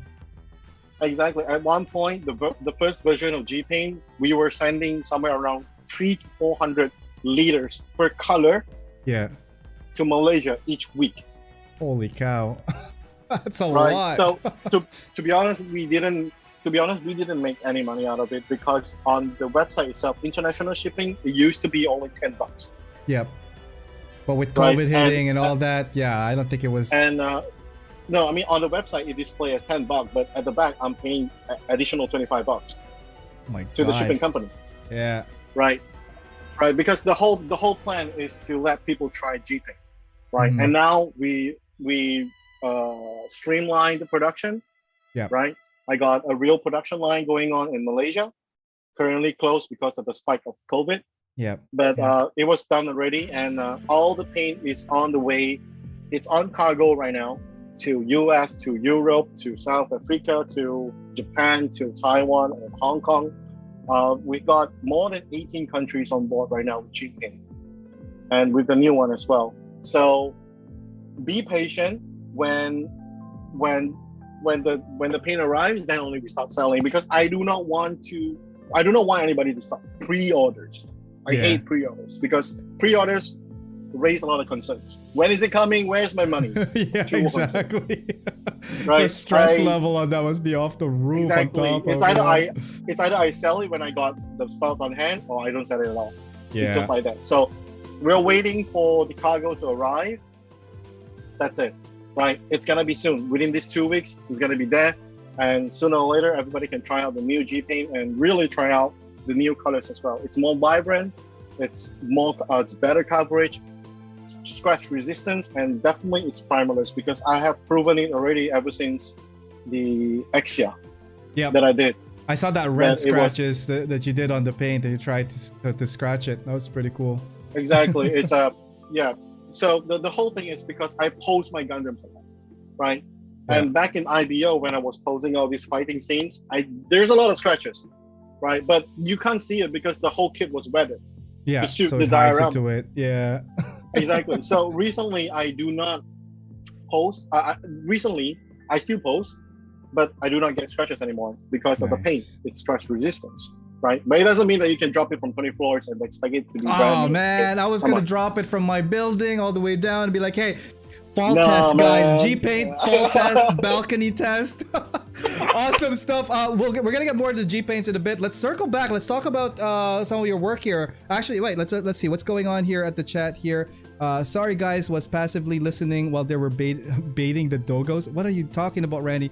Over on YouTube, a lot of people also are coming in. Justin, do you have an end game goal in mind for YouTube and Gunpla? That is from Chris Saintism. Wow, Chris, what's up, fellow Malaysian? There we go, right? What's the end goal for YouTube and Gundam? Basically, the end goal for me is that hopefully one day I could be big enough that I could collaborate more with local communities to conduct workshops and stuff like that to help more people get into this hobby, because it depends on how you do the hobby, right? I mean, it can be an expensive hobby or it can be a cheap hobby. Yeah. Right. It depends on how you do it, right? You can always get the latest and greatest stuff, or you can get the old stuff and work on them really good, like properly, right? And one thing about this hobby is that it's really good for the mind, and for kids, it's really good for the eye-hand coordination, and it trains their patience as well. So actually, I wanted to touch more on kids. I do not want to touch more kids, but I want to touch more on kids, as in getting them into this hobby. Yeah, starting them young in the right path with like some really good experience or foundation, so that they could grow into it, teach others, and all that stuff. That is awesome. Dude, I can't. Anything that you need from me to help out on that, let me know too, man. I would love to further develop that, if anything, as well, because like I think the next generation, we're fortunate that we have YouTube and internet to learn from. Because like if you're looking at older modelers, like they had magazines and like they have to go locally to see what the kits are and all that stuff. But anyway, speaking of kits, let's go take a look at some of your builds. I think the next couple of ones here are your favorite builds. Let's see here. Right. There we go. Oh my god. Do you remember this one? I remember this one. Yeah, man, definitely. I mean, I worked my ass off for this one, and I mean, I'm really proud of this project. First of all, it's because I scratch built a Gatling gun. Yeah, I remember that. And it's to size, it's to scale, so it looks great as well. I mean, and the second thing is the scribing on this kit it's one of my proudest work as well, because there's a lot of effort. And one thing good about this kit is that it's really big, right? It's PG, so scribing is a lot more easier. So I tend to do a little bit more than I can. And the last thing is the camo. I mean, I love the camo. It's my first time doing a proper camo like this. That is awesome. And all those patterns were hand cut. I didn't buy. Whoa! You hand cut the those decals. ones? Oh my god! Yeah, all those are hand cut from masking tapes, and it's really tricky to get it right. But I'm really glad I got it right, because as you can see, there's a lot of oftentimes when you camo. And when you do on 3 coats of green, you will get a little bit of bumps between the colors. So I learned a new trick is that take 4,000, 5,000 grit sandpaper, go through it lightly, and you get rid of the bumps, and the colors will look really flat, and it really looks like original. Wow. Yeah, I was gonna say it went pretty well. It's a very cohesive patterning that you did there. So when you were cutting the pattern up, did you use any special type of sticker or tape? No, it's just regular yellowish masking tape that you use for Gunpla. Okay, like the Tamiya ones or something, right? Okay. Yeah. But mine is not even Tamiya. I mean, mine is the generic brand. Again, resource mindful. This guy is. I like that. So there's obviously a lot of details on this one. Again, one of like the most intricate ones that I've first seen from you in a while. What are some of the thoughts and goals that you wanted to achieve with this? Okay, so there was a paint for one, and then the scribing. Like, what would you say is like like your most favorite part of the build? It's the fact that the camo is successful. That is my favorite part. The camo is really successful, because this build, I actually built it to dedicate it to, because the world's in chaos. There's war going on in Syria and stuff like that. So this kit is supposed to be the first kit, right? The granddaddy, right? Yeah. and it's a reimagining a way where it tells a story of all the countries came together. Hence, in the diorama, you have tanks from different countries, like Germany, and I forgot, but there's quite a lot of tanks. There's 3 tanks on one Annie, which is the cannon. Mhm. They're all from different countries. The tank origin from different countries. I think there's an American tank as well, and Yeah. there's the Siberian tank or something like that. And the planes are British. The planes are Spitfires from Brits, Wow, that's right? awesome. So basically, it's all country came together, and obviously EFSF is the Earth Federation. So it's like UN, you know. Yeah. It's like Coming together to UN, fight the they- common foe. UN have a robot. UN have a robot, and then that's why all of the cars and planes, they are facing the same direction, Mhm. because they have a common enemy that they need to fight. It might be celestial being, who knows, but who cares? Awesome stuff. But it's Uh, it's a story about coming together, you know, and also an homage to the boys in the military, right? Nice. I mean, my father-in-law was in military. My dad was a Oh. veteran as well, okay. so it's an homage for them as well. Is this the first time painting other vehicles that is not Gundam? Oh yeah, definitely. It was fun. It was fun. It was fun. Which I built the Annie myself. Yeah. I was gonna say, which one would you, aside from the Gundam? Obviously, we know you love painting the Gundams. If you were to paint something else like consistently, would it be more on the tanks or you would be more on the planes? It would be more on the tanks. Ooh, okay, armor. Actually, do you mind if I show you guys something? Yeah, let's go check it out. I love mean, I'm this excited feature to of the show you. show that I get a chance to like full showcase our guests now. So Do you guys remember this? hey, Ford I think, Mustang. a lot of you guys saw this on my Instagram. Hmm. I actually finished it, but I haven't got the chance to edit the video yet. Kind of keeping it for reserve. This is G-Paint B2. Woo wee! Look at that shiny boy. That's awesome. I was about to pick up that kit, so instead of picking up that kit, the 124 that I have is the Aventador. But that one was really close. How did you, like, obviously, like, this is different than Gunpla. There's like more gluing involved. There's more masking involved. For those, this is your first car that you painted, or is this something that you've done? Yeah, this is before? my first car. Actually, before I started and decided on Gunpla, I actually wanted to do car first. Because What? there's a Canadian YouTube channel that I really like. Mhm. It's called Car Modeling Channel. Yeah. And then he does all the car models, and I love cars. I mean, which guy doesn't like Yeah, cars, right? So yeah. I love cars. So I wanted to do car first, but I chose Gunpla instead. I don't know why, but yeah, I mean that's my path already. But basically, yes, this is my first car, my first Ford Mustang, G-Paint V2 all the way, no primer, straight on body, and the clear coat is Mr. Hobby. Hmm. Mr. Hobby GX114, if I'm not mistaken, the same one as Chris. We both love that semi-gloss one coat, and then the rest is clear. Nice. The rest is super gloss from Mr. Hobby. Six coat Did you do any with type of like polishes in between. polishing, like turtle wax or something on it? To give No, extra? just Tamiya polishing compound, the blue color one. Oh, the This blue one. Yeah. The blue polishing compound, the fine one. Nice. In between coats. So what I do was paint one coat, leave it to cure for like half a day, and then come back with the polishing compound, and then wash it with water a little bit, Mhm. because the polishing compound is like oilish. So I'll wash it, and then paint again 6 times Wow. to get this super glossy result. And that looks awesome. We're looking forward to seeing that video, Justin. I want to see that video for that. It looks so dope from here, man. And again, like 124, I didn't know how big they were, but like they are actually pretty sizable, eh? Oh yeah, I mean, I'm not too sure, but my palm is pretty big. And, Yeah. it's the size of my palm. Nice. Oh man, I gotta get on What my car happens now. Right? Woo! But yeah. Nice. So one thing good is that I mean, there's a lot of details here. If you want to get really into the details, you can really get into the details. But unfortunately, I'm on a time crunch, so Yeah. I didn't do it. But basically, this is my car, AO Maker exclusive. There we go. Awesome stuff. More pictures here. The next set of images here, Justin, is from one of your recent ones. This is the Dynamis.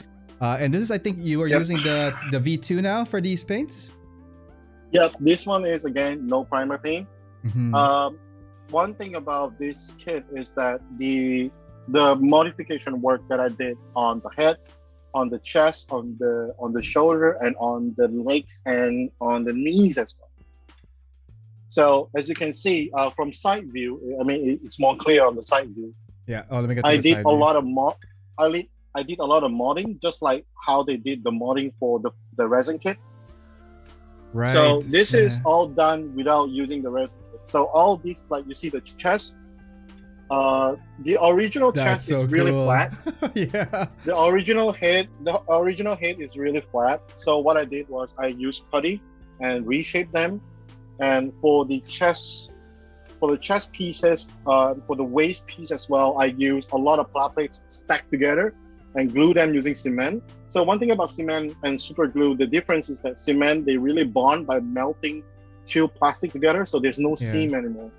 Yeah. You can create mountains from it and you look like one piece of plastic, right? So the waist was modded, the chest was modded, the knee was modded as well. Wow, there's so different. much detail here. Nice. Right. So this is again one of my proudest kits. There's a lot of kids that I was proud of, but yeah, this is one of my proudest kits as well. What I like about this First one, thing first, Justin, like I love this little detail here, like that whole pistons here, very IBO and kind of like ver-ed, kind of like homage as well. It's nothing new, but it's new to the channel. It's new, Mm-hmm. new to me. One thing good is that the whole waist can be articulated, not too much anymore, but it still can be articulated. As you can see in my Dynamis video and my 00 series video, Dynamis is still posing like crazy. So articulation wise, no problem. Nice. And I love, like, so is this your first, like, being that this is your first time painting the G-Paint, like, were you G-Paint V2, were you surprised at the outcome, or were you like concerned by any of like the paints not performing well? I mean, to be honest, I've tested so much before I proceed to production. That's for sure. Yeah. Right. They have back and forth. They have sent me like I think 7 batches of paint before I got the final. Before they got the final approval. Right. So, okay. Let me tell you this, guys. I have 7 airbrush. Right. Just 7? From KK Moon. just 7, Justin. That's an okay flex, I guess. I mean, 7 is a big number. I'm kidding. From KK Moon to Tamiya to Madworks and some other generic brands as well. Yeah. I have 7 airbrush in total, and I have to test every single airbrush to make sure that it's good, right? But unfortunately, I didn't have access to Iwata. No matter where I find, I couldn't find it in Philippines. Wow! Even if I can, I found one, but it's triple the price of whatever you guys get in the States. Oh my god! One normal Iwata 0.3 costs like 15,000 pesos. My god! Hard pass. Right. That's probably like the exactly. Neo too. So. Oh my no, god. That's not even a Neo, I think. I think that's the basic one. Oh my god. Way overpriced. It's way overpriced. So I couldn't get it. I'm sorry. So wow. Yeah, no, it's good that you're testing it. As much as I can. I try to test as much as I can on different surfaces, on different flat plates, on different I bought a lot of SDs, like for example, all these SD Sazabi, SD New Gundams. I have I think 12 kits of them, the SDs, on top of the shelf.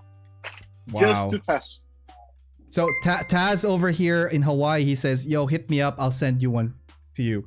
So Hawaii is pretty close to Philippines. So Taz, I'll send you his address because like I already know where he lives and what. No, I'm kidding. I don't know where he lives, man. But it would be cool to surprise you. Yo, let's do a fundraiser to get this man right here an Iwata airbrush, a Pash airbrush, and if we can, the Harden and Steinbeck.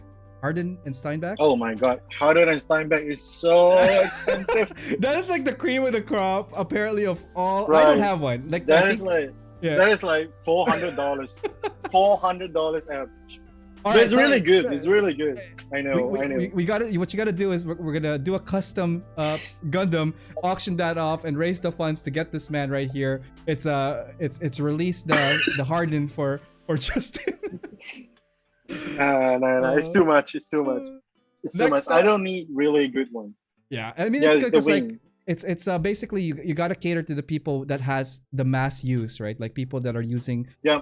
all sorts of airbrushes. Not everybody has access to the higher tier ones. I mean, if they do, great. What? But like a lot of people tend to use like entry grade or like medium tier, which still does the work. Exactly. Like what you were saying, like you were using some of the KK Moon or some of the the lower price ones, and you do have some like higher tier ones, but you're using them almost exactly in the same way you would use any other airbrushes, right? It's more about technique at the end of the day. It's not about the airbrush, because having a good horse or having a good car doesn't make you a good driver, Exactly. right? Like what Don would always say, right? Dominic Toretto, Dominic Toretto. He doesn't need a fast car. He still can win races, right? Yeah. Same thing.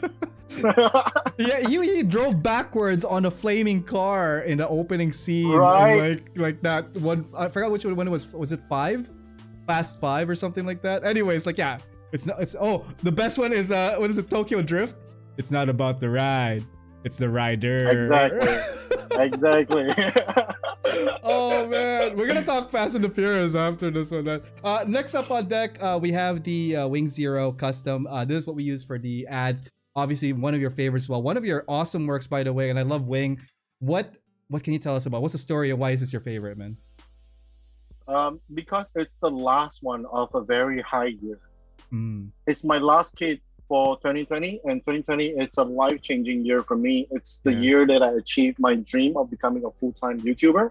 Nice. And I think the video itself is pretty emotional as well, especially at the back when I showcase whatever I've done throughout the year. Yeah. And then moving on to the review of this kit, where it has 4 additional wings, right? Rather than just the normal 4 wings, now it has 8 wings. I think you could add more, but I mean, if you think it's no. If I add more, it would be looking like the Digimon already. Yeah, like the, whatever Mon was that? Angelmon, yeah. Yeah, Angelmon. Yeah, it would look like Angelmon already. But yeah, part of the inspiration was from Angelmon as well. Yeah. I think he has like 12 wings or something like that. But there's just no place for you to put that much wing anymore. It's on a stand. It could go. You could add more feathers in there. I think it will be fine. But this kit itself, I mean, I did quite a lot of work, especially on the waist part, where this is where I started to stack up flat plates together to form parts, to take apart so that I can shape them down and carve them. And there's a lot of scribing work as well.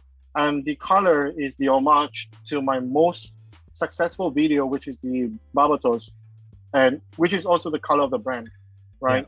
Dark, it's like dark gray and red. Yep. When you see that red G, you know who that's from. We know where that's from. Right. So it's kind of like a signature right now, right? But I try to refrain myself from using too much of the same color. Yeah. But again, there's a lot of people who say that, dude, you should get more creative with colors. But then again, let me tell you this, dude, you're customizing 3 kits a year. I'm customizing 40 kits a year. So what color schemes? Yeah. Eventually, you're gonna run out of color scheme to go with, And awesome again on the photography on this one. Very cinematic approach, very moody kind of approach. I really love that. You also have the LED going, which gives it that extra accent and light source. Amazing stuff here. Right. Okay, obviously this is a very meaningful kit to you. What are some of the thoughts that were running through when you were like starting work on it, and obviously when you finished the video? To be honest, I kind of teared up a bit when I was finishing editing it, and when I was rewatching the whole thing, and when I was writing the message. Because the thing is that it made me look back on whatever I've been throughout the years, not only this year, 2020, but it's an accumulation of the effort that I put into pursuing my dream of becoming a YouTuber.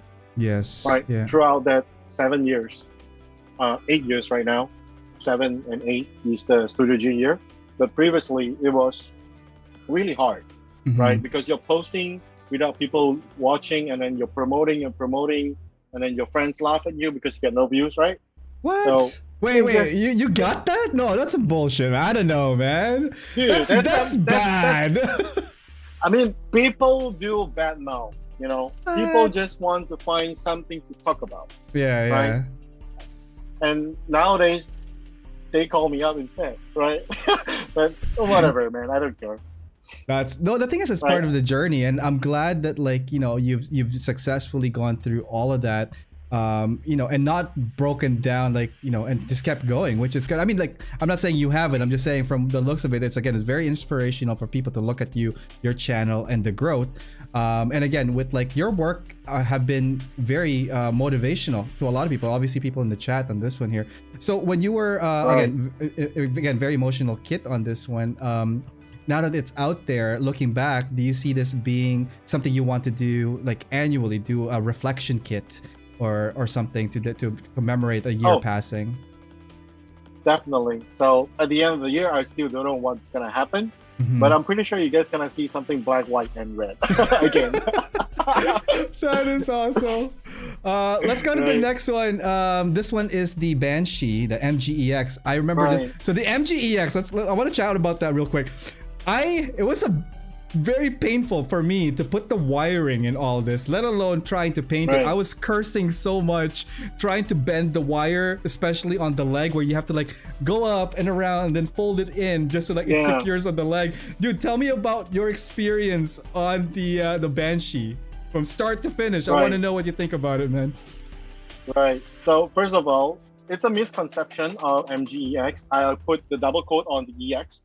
Because the thing is that this is actually a normal MG bench, and I did custom LED for all of the panels, from the legs to the waist to the body and to the claws even. Wow. Right.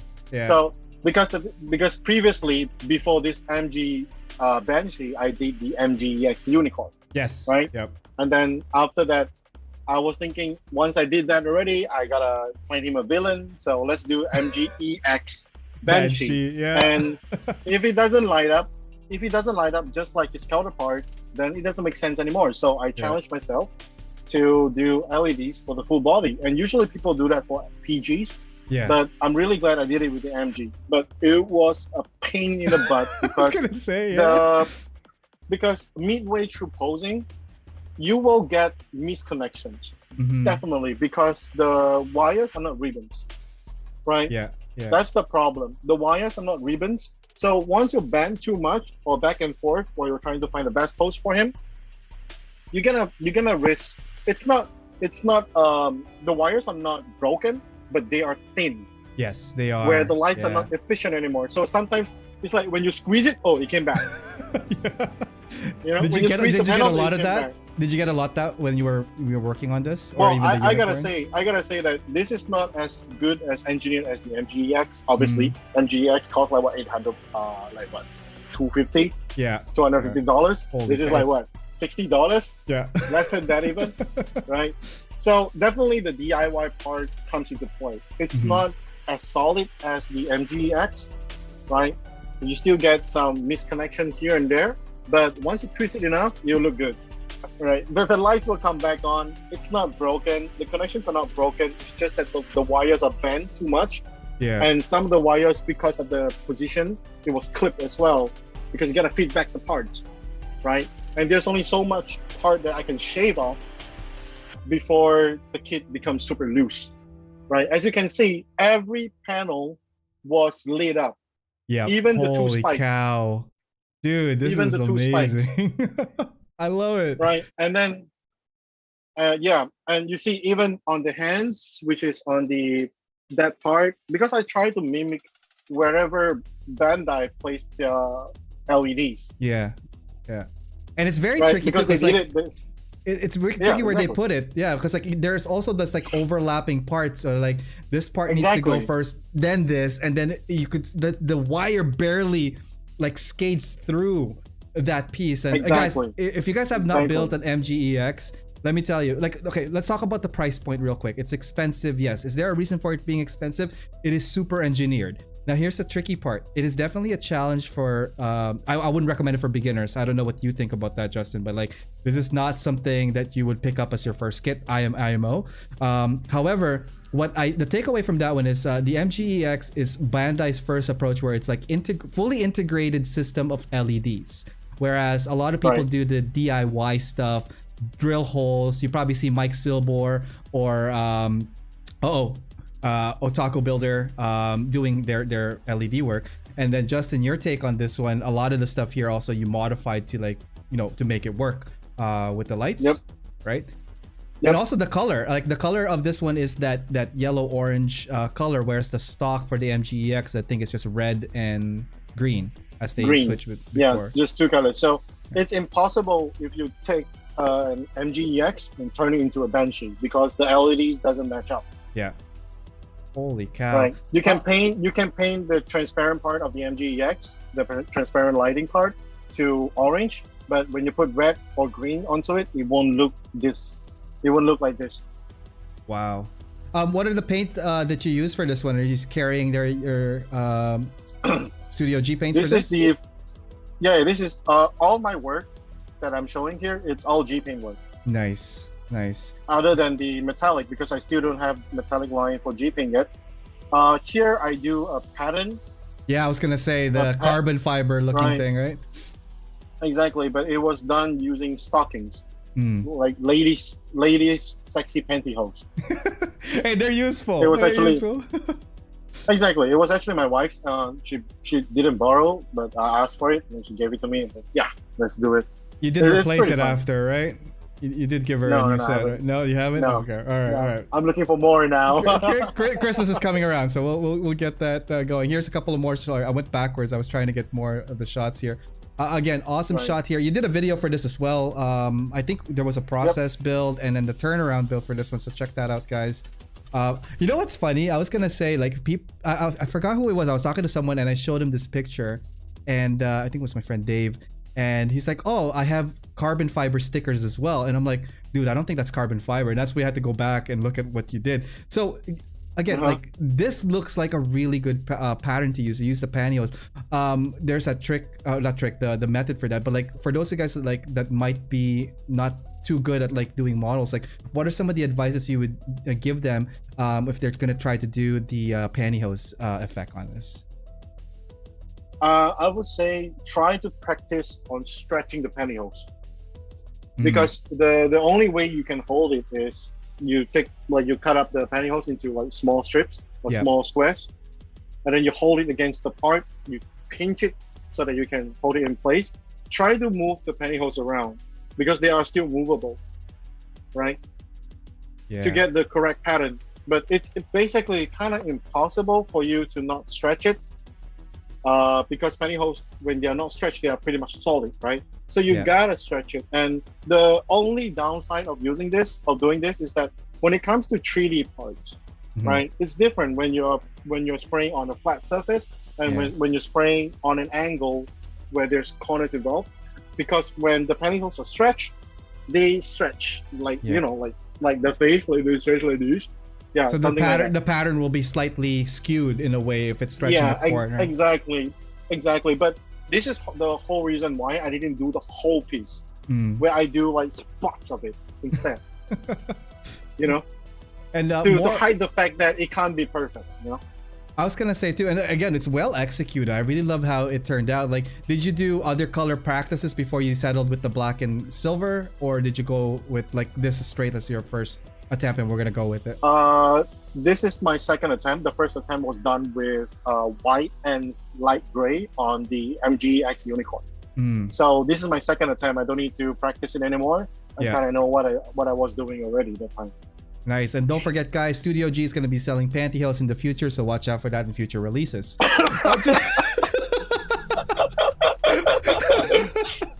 Definitely, that's an option.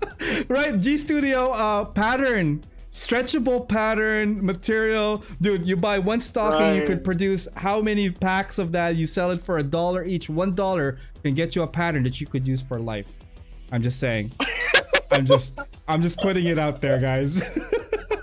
Justin, I want like at least a 10% revenue cut on that because just ideas. I'm just I'll saying. definitely cut you a royalty fee when it comes to that. Perfect. I'll take it.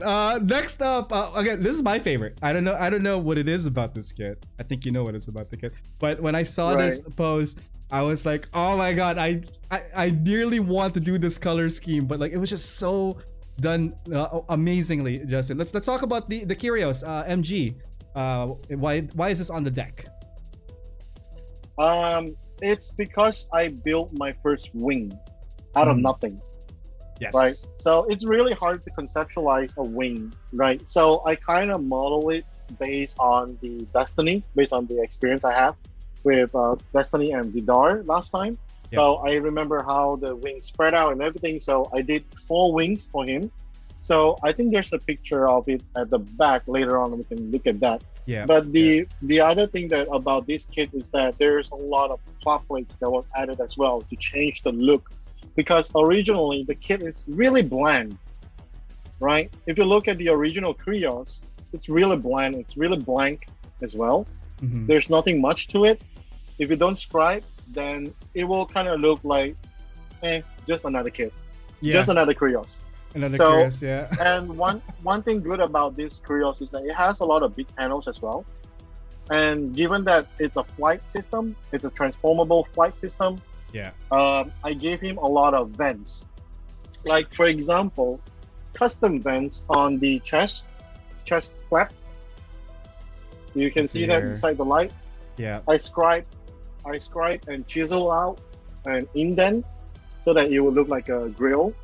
And then on the leg as well, on the ankle armor, it's actually a custom-made grill as well. These are the details that were not emphasized, but it's really too dark to see. Yeah, in it's the photos. a bit dark on the photos. But basically, they are grills there as well.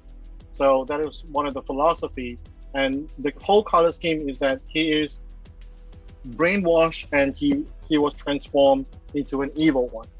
So that's why he still retains his orange color. Yeah. But the rest of the armor was like basically like it's like when the virus took over. Right? Yeah. You still retain your face, right? Some features you're still there, but it's transformed into black or something like that.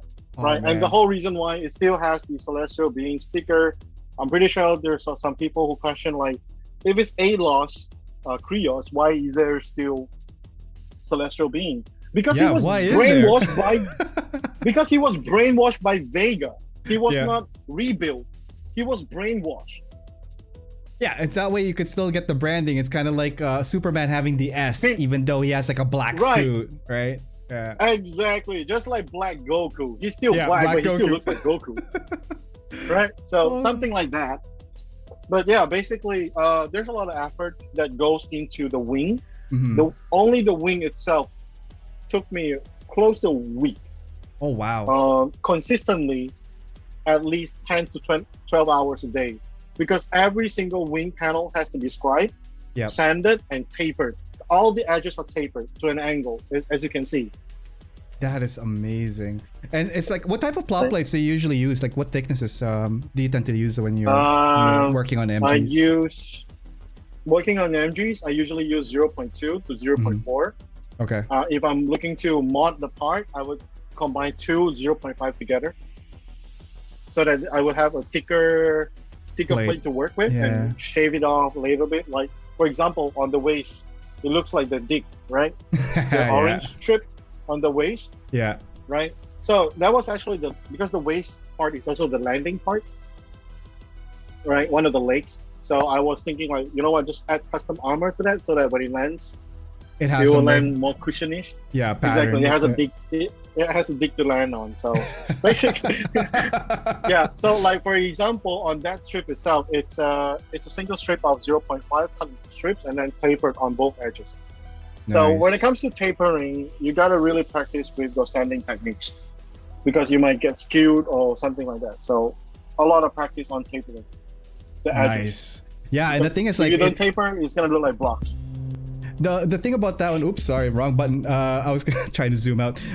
This button. I was gonna say that like it made it very cohesive, and I think that's where the color comes in, the color scheme.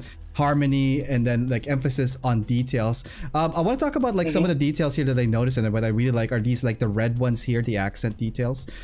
Did you like paint little strips and then glue it on after, or are these like all mask or hand painted?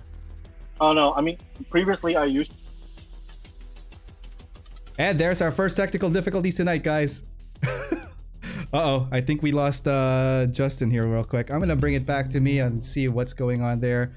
Yep, Justin is definitely frozen. Hey guys, it's Ariel from AO Mecha. We're gonna go to a quick forced commercial break, and then we will be right back, and hopefully I'll get Justin squared back here. Check this out.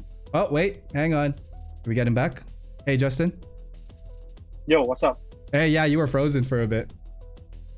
Oh, yeah. sorry. You're good. My connection is unstable. Welcome back. Yeah, no, all good. So I think that was a good point there. We're gonna go take a break. We're gonna do a couple of more of your favorite builds, and then we're gonna talk about some of your Studio G stuff, future of Studio G, and more pictures to come, guys. We're gonna do this quick break. We'll be right back here with Justin.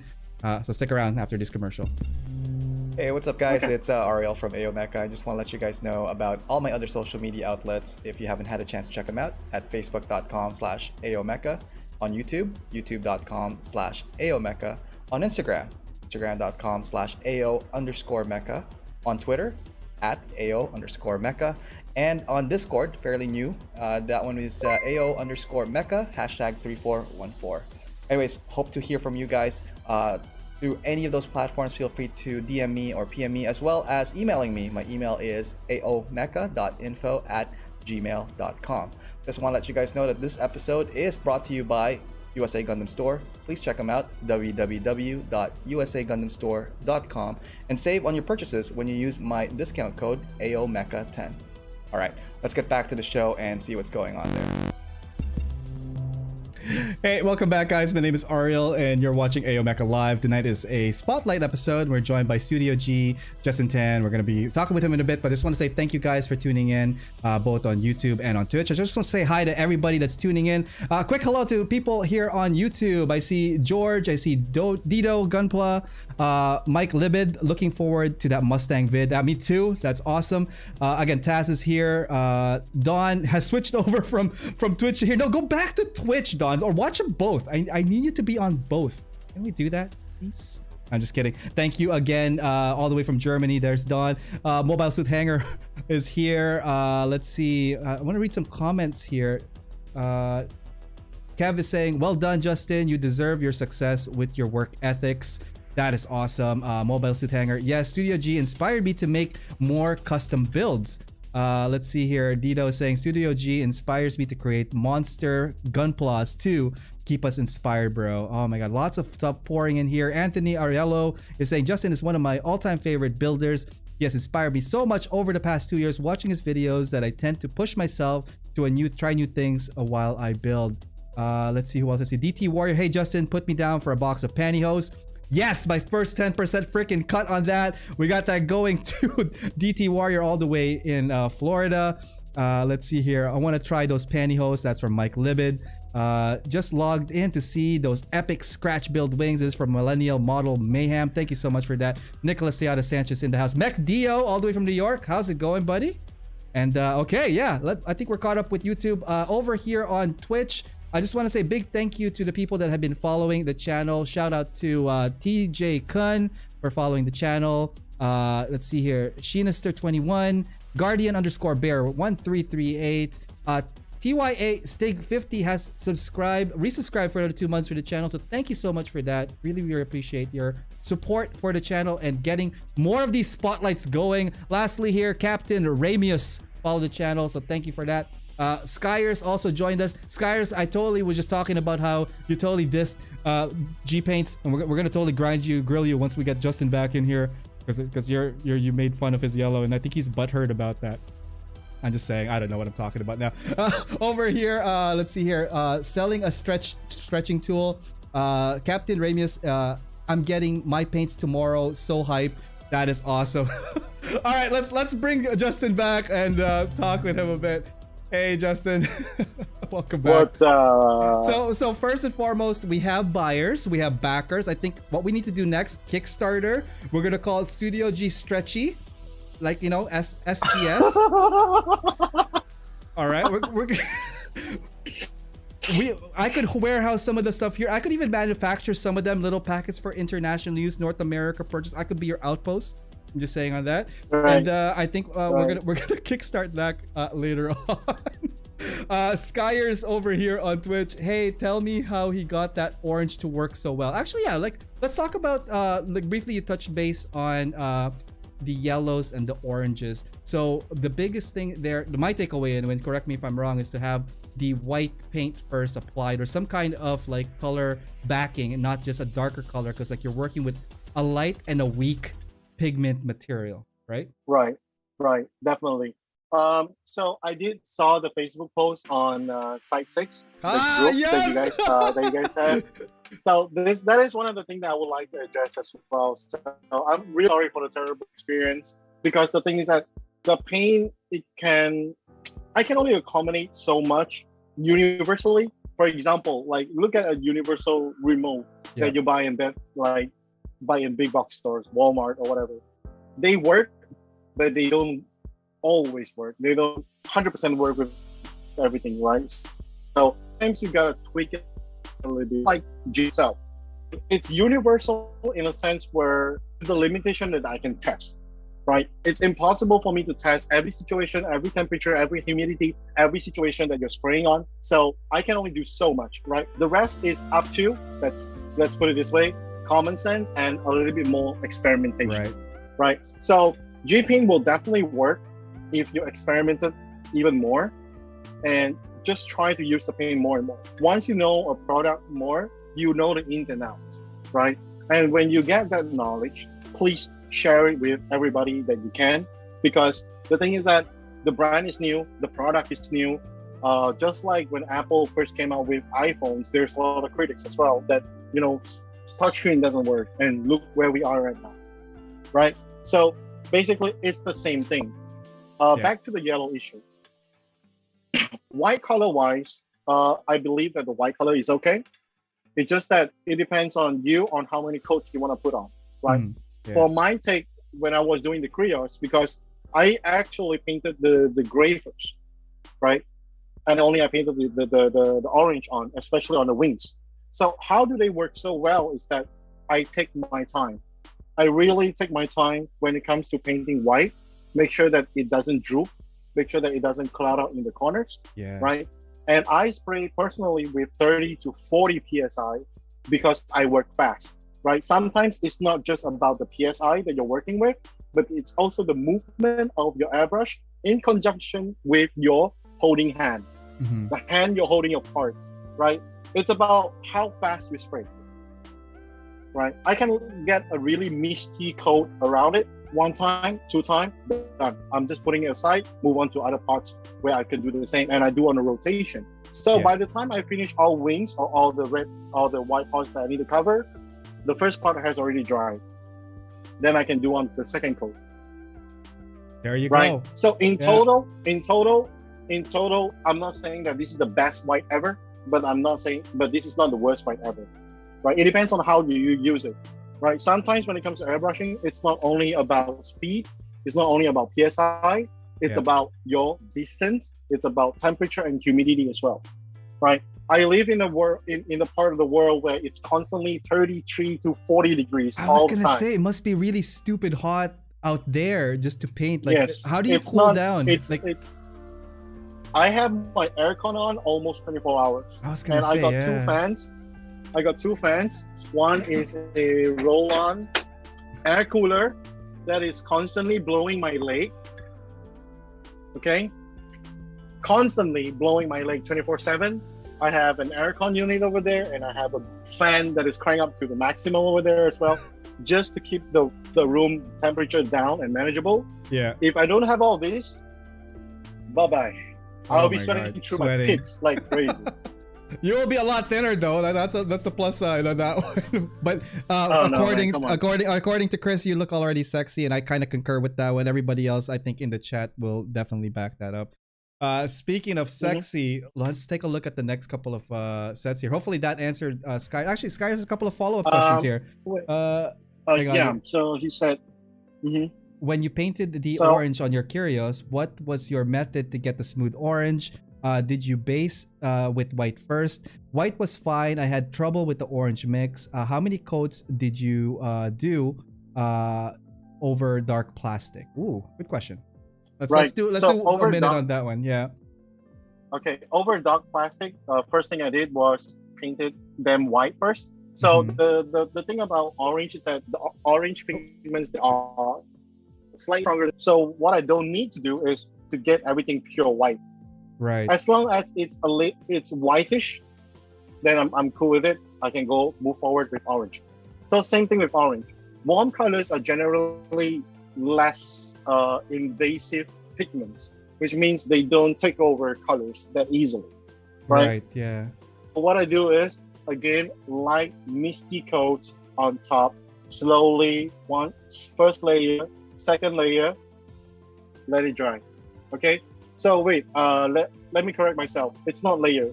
One pass, two pass, let it dry. Doesn't need to be cure, just let it dry. And then third, fourth with heavy coats. Done. Perfect. Right? All right.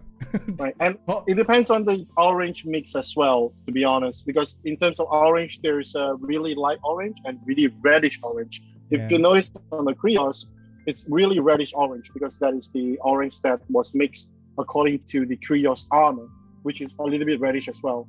Did you do Right. red first and then just apply the orange on top, or did you mix a No, plain mix no. together? I mixed G paint. So 10 millimeters of yellow and Yeah. 1 millimeter of red. Yep. It's more than enough for you to get that really nice industrial orange. Awesome. Well, hopefully that answered your question there, Skyers. We're gonna read off. Actually, I should read off some of the questions from Instagram because there was a couple of stuff here. Let's see here from Rando Libangan. How many hours do you do your commissions, and what do you do when taking a break? Oh, interesting. Do you tend to set like a set hours for your commissions, and like what do you do when you're not working? I treat my commission just like how I treat my videos. Basically, the new Gundam that I'm doing currently, Yeah. those are commission work. Right, it's my 5th new Gundam already. I've been doing a lot of new Gundam. Right, and when I don't do Gumpas, I usually read. I read quite a lot. Recently, I've been reading this book called No Limits by John C. Maxwell. John C. Maxwell is basically he's one of the church pastor in the States, and I've been reading this. I think I'm up to page. I forgot. Where's my bookmark? You gotta go back to the beginning. I think it's 40 plus or whatever. So I read a lot of self-help books Yeah. just to keep myself pumped.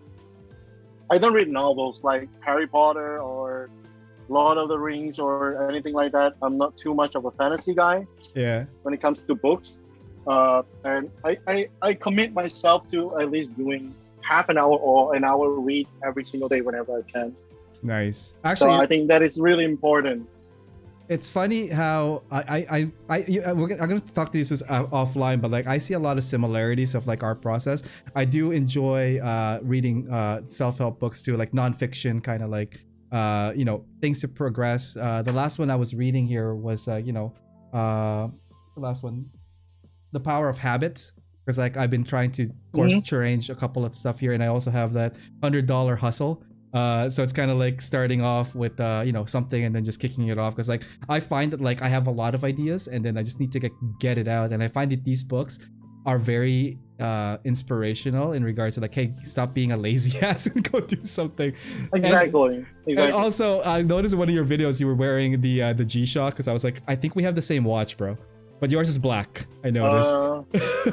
I think I got mine here. I got a couple of G-Shocks. I mean, I was a big fan of G-Shocks. Yeah. Usually black. I got I don't know. Oh shit! Where is it? Where's my G-Shock? Where's your G-Shock? Show me your frost. Where's your frost on your wrist? Actually, I'm gonna. No more. I'll show you mine, and you let me know If it's the same as yours. No, it's not. It's different? No, it's not. Ah, It's different. almost. Okay, And I okay. couldn't find it. Shit. I'm so sorry. All good. Follow-up question. Hopefully that answered that question. What you don't do. So you do read a lot of stuff that is nonfiction. From 36 underscore AMXR Sizel. That's a long name. How did you create the name Yep. Studio G and the slogan as well? I was from advertising background, as you guys know. I mean, I was in designing industry, so I got in touch with a lot of brandings, and I learned a lot of stuff about branding as well. So Studio G, it came from the fact that it's simple, it's rememberable, Yeah. and you don't even need to see my face to know what the hell is Studio G. Exactly. So there's a reason why the G was designed in a way where the font is different from Studio, and the color itself was different as well, because the key element of 2020 design is that it has to be scalable. Like, for example, AO Maker, you have a fantastic logo. Oh, It thank can be you. used on profile pictures, it can be used in full form, or just the word mark, or just the symbol itself, right? Yeah. So the G will act as that. And G doesn't necessarily stand for Gunpla. It stands for anything else, whatever you guys want. It's just a G, right? And I think part of the channel's success is that I have a very rememberable name, Yes. Yeah. Studio G. And as a kid, I always liked G Unit from 50 Cent, G Unit. right? There So we go. basically, that was a really really strong branding, G Unit. And Mhm. one of my favorite stores that I couldn't afford to go to when I was a kid was a retail store called Studio R. Ah. Okay. I'm not too sure. It's like Radio Shack in where they sell apparel, they sell trendy stuff as well. Yeah. So those are the stuff that I couldn't afford, and I take the inspiration from the fact that I like G Unit and the fact that Studio R was one of the most memorable retail that I couldn't go to because I was poor. I Yeah. kind of combined them both. It became Studio G, and I designed it in a way like that. Yeah. No, branding is definitely key on that one as well. Again, with yours, it's very memorable. It rolls off the tongue pretty well. The visual graphics is also pretty good. You have your dominant color and then you have your accent color. It just jives so well. So hopefully that gives you guys an idea of like where Studio G comes from. But I didn't know it was from G Unit or a studio store like that, because like in my head I'm just thinking, well, he's doing all these productions, so it's a studio, you know. I associate the brand No, it's with a not. production company or like some kind of like, you know, studio-esque company, right? Okay, final question here. I'm just gonna scroll. Let's see, from Jetto Hobby. Why is Justin such a beautiful human being? Why are you such a beautiful human being, man? It's okay to know, blush. man. It's okay to blush. It's okay to blush, man. We're gonna make you blush and cry on all kinds of like emotion in this show tonight. Justin, you're a beautiful human ass being. All right, you're just awesome. Let's just. I don't think that was a question I'm not anymore. beautiful. There's a song like that. We're gonna play that later. Well, one thing about me that I'm really embarrassed about myself is that I don't have a great smile. I don't know how to smile. Shit, no, I've been making you laugh all night. You've been smiling like crazy, man. Come on, you beautiful, sexy Like, beast. no, you. laughs and smiles are different, because I mean, I always envy those people with great teeth and they can smile like a model in front of a picture or something like that. My teeth, my lower jaw is actually longer than my upper jaw, so my teeth are actually inverted. Where the lower part is actually longer than the front part. I've been trying to get some braces done as well, so I've been looking into that. Maybe I can correct it. I don't know, but it's not really important, given that I'm almost 30 years old right now. So oh my god, who cares? Almost 30, a successful human being. I love it, love it, love it. Let's go back more to some of your projects here, because like I want to showcase a little bit more. We were looking at some of the darker colors and yellows and orange being difficult. This one here is a little bit of a turn. This one's more on the cooler side. We're looking at the MG Quanta here, an amazing color scheme as well. Why is this one of your favorite builds? It's my favorite. It's one of my favorite because of describing work that I put attention to it. It's the whole kit itself. It's really beefy, right? Yeah, this is the full saver, looks right? muscular. This is the full saver Yeah, version, the full right? saber. Yeah. So he has a lot of parts, and Yeah. I want to celebrate that. So, but the thing is that it has a lot of. It looks beefy. The panels look great, but Yeah. they weren't enough, in my opinion. And I scribed the shit out of him, Oh my god. right? And I think what makes it look better than I think typical is that the fact that I use baby blue, which is not common Yeah. in terms of gunpla. Usually, when white, they usually straight away go with gray or light gray. But this time around, I took a chance and I went with baby blue or sky blue, if you call it, Yeah. right? Which is 10 millimeters of white and 0.5 milliliters of G paint blue, Oh wow. right? And you can get this really light bluish tone that doesn't shout blue, but it's still blue, you know? And I didn't change much of the color. Yeah. The Quanta was also blue in color. And this is due to the backstory. It's because this is an enhanced version of what Setsuna F say would be driving after the second season has ended, right? And you can see this is a full G Paint B2, the new G Paint build. Nice. And you can see the finish on this is one of my best finish. It looks And amazing. Why yeah. would now be my best? Why would now be my best finish and not the previous? Yeah. The previous Why is build? that? Why is that? Why? It's because we grow every single day, right? This may be my best finish, but when I come out with my new Gundam, that may be my best finish because I work with G Paint even longer now, Yeah. and maybe I became even better and knowing my product even better now. That's why. You understand? Right? That's why Wow. I said previously that you should always get to know your product inside and out. And I'm still in discovery of the tips and tricks on how to make my paint job better, right? There's right how to improve my skills and all that. And I'm always willing to share, and all those will be up on the website. So Fantastic. when I got the time to upload it. And the link to the website, guys, is on the description below on the YouTube version. And if you have not gone yet, it is studiogundam.com. Check them out, guys. More stuff to come. The next one here, actually, no, a couple of questions on this one before we get to that. What would be, you said this is like your best finish on this one. What type of finish did you apply on this one at the end, and what was the, like, you know, if you have any other challenges on this, what were the challenges of this build? The biggest challenge was figuring out what color goes where. Color scheme. Yeah. Color scheme and color separation was key. So like which part to paint baby blue, which part to paint blue, and which part to paint gray, right? Because there are 5 colors here: white, baby blue, dark, kind of close to royal marine blue, and then gray and orange. So how do I make all of them cohesive without looking too cluttered or looking too what? So that's where you have to decide which part goes where.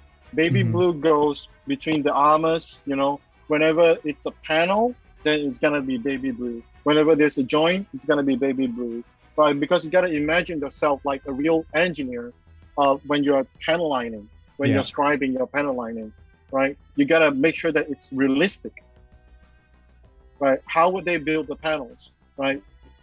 So that's where it comes from, and basically, yeah.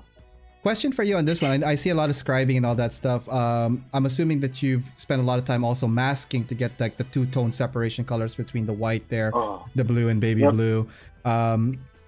Is there any parts when you paint? Do you paint in colors, or do you paint in sections, or do you paint like per part?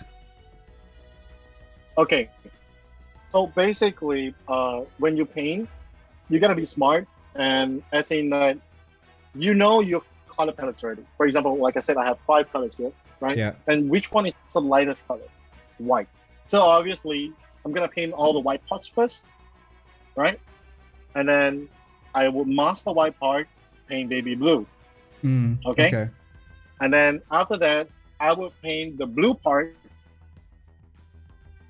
Okay. And I will paint the gray, because lightness. paint lightest color to your darkest color. And there's one simple reason for that. First, you get better control, keep tracking everything, right? You're not painting everything at once. You know, I'm painting blue, I'm painting red, I'm painting, you gotta get messy, lose track of your colors, right? So, and then second thing is that it's easier on your airbrush, right? Because every time you wash your airbrush with airbrush cleaner, it's gonna hurt the rubber O-rings inside. Airbrush cleaners are really toxic, okay? So do not wash them with airbrush cleaners all the time, only after you're done painting for good, for that kit, for example. So in between coats, I do not wash my airbrush that frequently, right? What I do is I just put a little bit of lacquer thinner, do some back blow where it bubbles up, right? It kind of dissolves all the paint that was stuck inside the airbrush, and then you just pour them out or spray them out. And then you can move on with your second color. And given that your second color, for example, your first color was white, second color is baby blue, even if there's a little bit of white inside, it will wash that was off. not cleaned out properly. Yeah. Uh-oh. So that is the key thing that you guys got to Hey, Justin, we're getting a little bit of technical difficulties on you getting connected.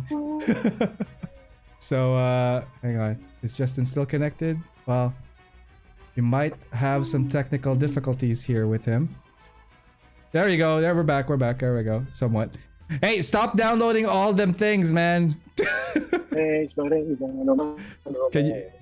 you hear us? Okay, there we go. No, I'm not. Yeah, there's just a little bit of delay and lag right now, Justin. Hello? All right, let's bring it back to me real quick, guys. Sorry for that. Let's try to get Justin back in a bit. I'm really sorry. No, all good, all good. We're gonna get him back on that one. We might go to a quick break while I try to figure out what's going on with Justin's side here. 1 second, guys. Check this out. We'll be right back. Hey, what's up, guys? It's Ariel from AO Mecha. I just want to let you guys know about all my other social media outlets if you haven't had a chance to check them out at facebook.com/AOMecha, on YouTube, youtube.com/AOMecha, on Instagram, instagram.com/AO_Mecha, on Twitter, @AO_Mecha, and on Discord, fairly new. That one is AO_Mecha, #3414. Anyways, hope to hear from you guys. Through any of those platforms, feel free to DM me or PM me, as well as emailing me. My email is aomecha.info@gmail.com.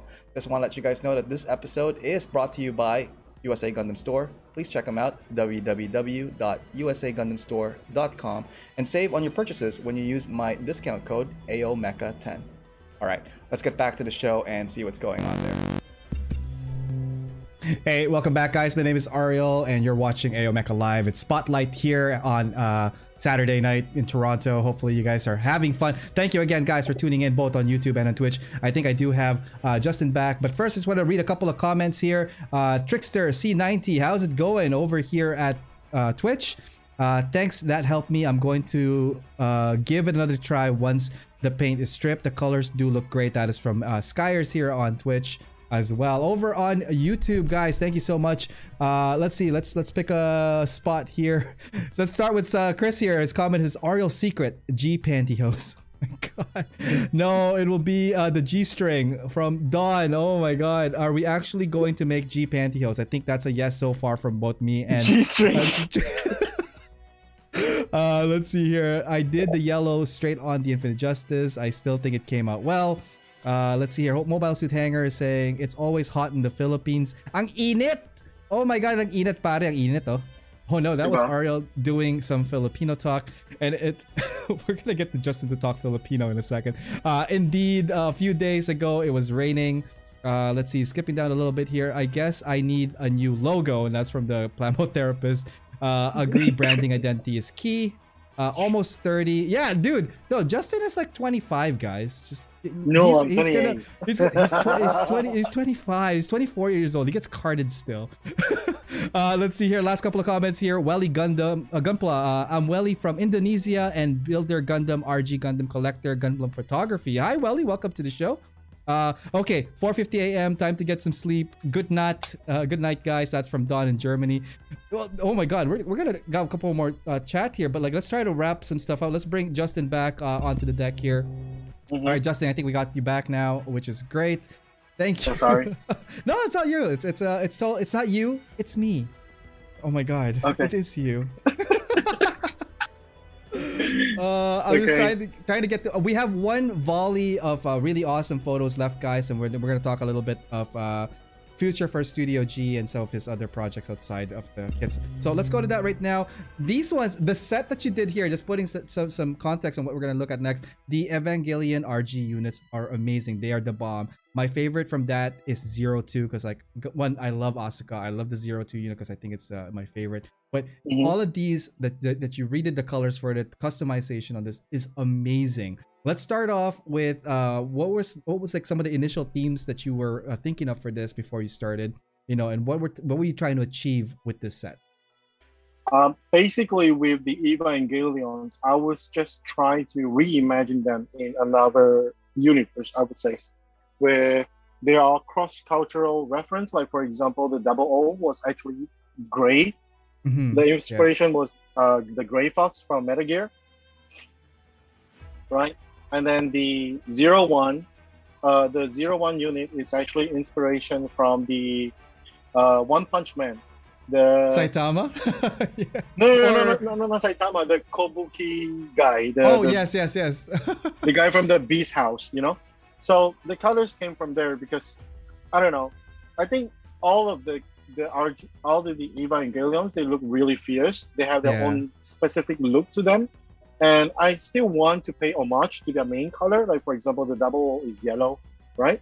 So it's still yellow, but I changed the yellow a little bit. The 01 is still, greenish, right? They have green stripes. So I still play with the green stripes, but I added really dirty orange to it. You need 15 layers of orange to get to that dirty. Right. And the thing, no, it's not. That time around, I was still using the version 1, so I was still using primer, so it was fine, right? So the 02 was the basically 02 was red, right? 02 was red, and the entire RG Evangelion line, when I was customizing it, I was thinking humanoid. Yeah. Because they are humanoid, they are not mechas, right? They are not mechs. They just have the armor to help them contain themselves, right? Yes. So I do want to accentuate some of the muscle lines. Like, for example, this Double O, she looks really muscular, right? And the whole reason that is that I accentuate whatever the chest is, and the stripes on the abs really helps to kind of bring out that feel that she has abs. Yes, yeah. And are those all, did you scribe those lines in, or are they part of the mold? No. All of it was scribed. Okay. All of the lines were scribed, including the thighs, all the color separation lines were scribed in. Nice. Right? So that's why. And then like, for example, this one I had the opportunity to add in LEDs onto the cockpit. I was gonna say that looks awesome. Great stuff there. Because it was the only one that has the clear piece for the eye. The rest was stickers. Ah, gotcha. Right. So I grab the chance whenever I can, and also I use the prototype shoulder instead of the production shoulder. Did it come with the kit, or did you scratch build this one? It came with the kit. You have two options. One, you go with the prototype, and the other one you came with the shoulder lock. Right. Oh, nice. So this one I went with the prototype because the katanas were scratch built, just like a real bladesmith, like a real Japanese katana maker or like a bladesmith. Yeah. I watch those videos and I replicate the entire process, but in miniature form, including the katana sheath, the katana holders. All were made with real techniques in real life, but I translated into miniatures. So moving forward, I'm gonna do the same thing again if there is a chance for me to do katanas. Here's a picture of the set, looking really great. I love how unique they are, but still cohesive with their design. You know that they're a team. The next one here is the 02. Again, I'm just going with Right. the order on this one because like it's gonna be jumping back and forth on this one. What can you tell us about the 02 unit that is different from the The zero unit? 02 unit is basically an homage to the, I think, to the third movie where they Sasuna replaced the hand into a cannon. Mm-hmm. That's where the inspiration for the cannon came from. And the cannon is actually part of the bazooka from the high grade Zaku. What was that? What was that kid? I forgot the kid's name. Which Zaku? The one with the full backpack. Oh shit! What's his name? The full backpack. There's a lot of Zakus. The Psycho? Ah yes, Psycho. Yes. Psycho Zaku? Yeah, it was the cannons at the back were actually the cannons from Psycho Zaku, Oh, nice. and the cannon on the hand is from Psycho Zaku. The hand, the gun that was attached to the right hand was actually from the gun cannon first type. Oh, Calvary yeah, I can see it Pauldron. now. Nice. That's a good Right? addition. So it was quite a lot of kid bashing, Yeah. and basically all of them have their type. Mm-hmm. Right? Like the 01 is actually a more mobility type. Yes. That's yeah. where I do know that a lot of people will say that on the shoulder locks there's actually swords already. Those are the place for swords. And right. you put an But- external one out there too. I just want to put some extra swords. You know, Yeah. why not? Why not? Right. Like I said, like, if you had the Right. opportunity to have more weapons, sure, why not? Exactly, because the swords they have nowhere else to go, and they came with the kit. The swords look Yeah. good. I just have to build a sheath for it. So the Are these sheath all scratch was built? Like this guy right Yep. here? Wow. the scratch build. That's So- cool. Yeah, and then basically, yeah, I mean the color separation as usual, and then the scratch build parts, and then in terms of the role is that 00 would be the mobility katana one, the one with the sword. It doesn't have any guns at all. Yeah. And then the 01. The 01 would be the all-rounder, where Yep. he has gun and also swords. And then this guy here, he doesn't have any guns. He doesn't have any swords. He has It's- lots of guns. range. cannons. Yeah, range and projectile weapons. Awesome. Exactly. And then we got the 08 here on my shelf, waiting Ah. to be turned into. There- Basically, it's a sniper. There was a question on this one. Are you gonna finish all the EVA 0? Because I think there's two more that's announced. The 0, Oh, yeah. 8 and the what's the number for the darker 05. one? 05. Yep, I'm gonna finish them all. Awesome, guys. Look forward to that. In this There's next... a lot of people. Actually, there's a lot of buyers for them, asking to sell them, asking me to sell them, but I didn't want to sell them yet. You because I want to do a whole finish set? Yeah. We finished Yeah, the and I whole wanna do- set. Exactly, I want to do the entire diorama, Mhm. right? But the thing is, I couldn't keep up with the kids. There's so many kids that came out. Yeah. I Right. know. Hashtag Gunpla builder problems. It's not even Right. first world problems. It's Gunpla builder. Because the thing is, do you Exactly. find that you? I know, like we haven't talked about backlogs, but like, how do you have a substantial amount of projects online or yet to get to? Yes, everything is scheduled based on popularity, because as a YouTuber, you do have to look at the statistics. You do have to care about the statistics, because those are my rice bowl, right? So Yeah, I do have exactly. to care about it. I do have the Barbatos expansion set for Nice. MGs. So probably the end of the year, it's gonna be an homage to the original Barbatos, but That with would the be cool. expansion set. Yeah. Right.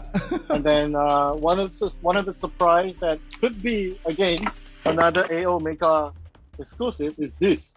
I want to see this. Yeah, guys, you guys are gonna get it here first. Wow, the Penelope and the Zai combo. That is a big box, and this is like one of those like HG boxes that have a freaking handle. The last time I saw a handle on an HG, I think was a Dendrobium. Right. Such a big kit. Holy cow. I am looking forward to that. That is gonna be so dope, man. Right. Wow. So Wow. that is an AO Mecha exclusive as well. So you are Thank given you. a lot of exclusive. Thank you so much, Justin. I really appreciate that, man. Let's continue on with this one because I want to get to the future, stuff Right. of your projects and all that stuff. More of these guys. Have you done a video that all of them are in the same? Because I know you did individual releases once for these, right? No, I didn't have the chance to complete the diorama. It was supposed to be a miniature city diorama, Okay. but it was too much to build, too many details. So it takes time. I need time for that.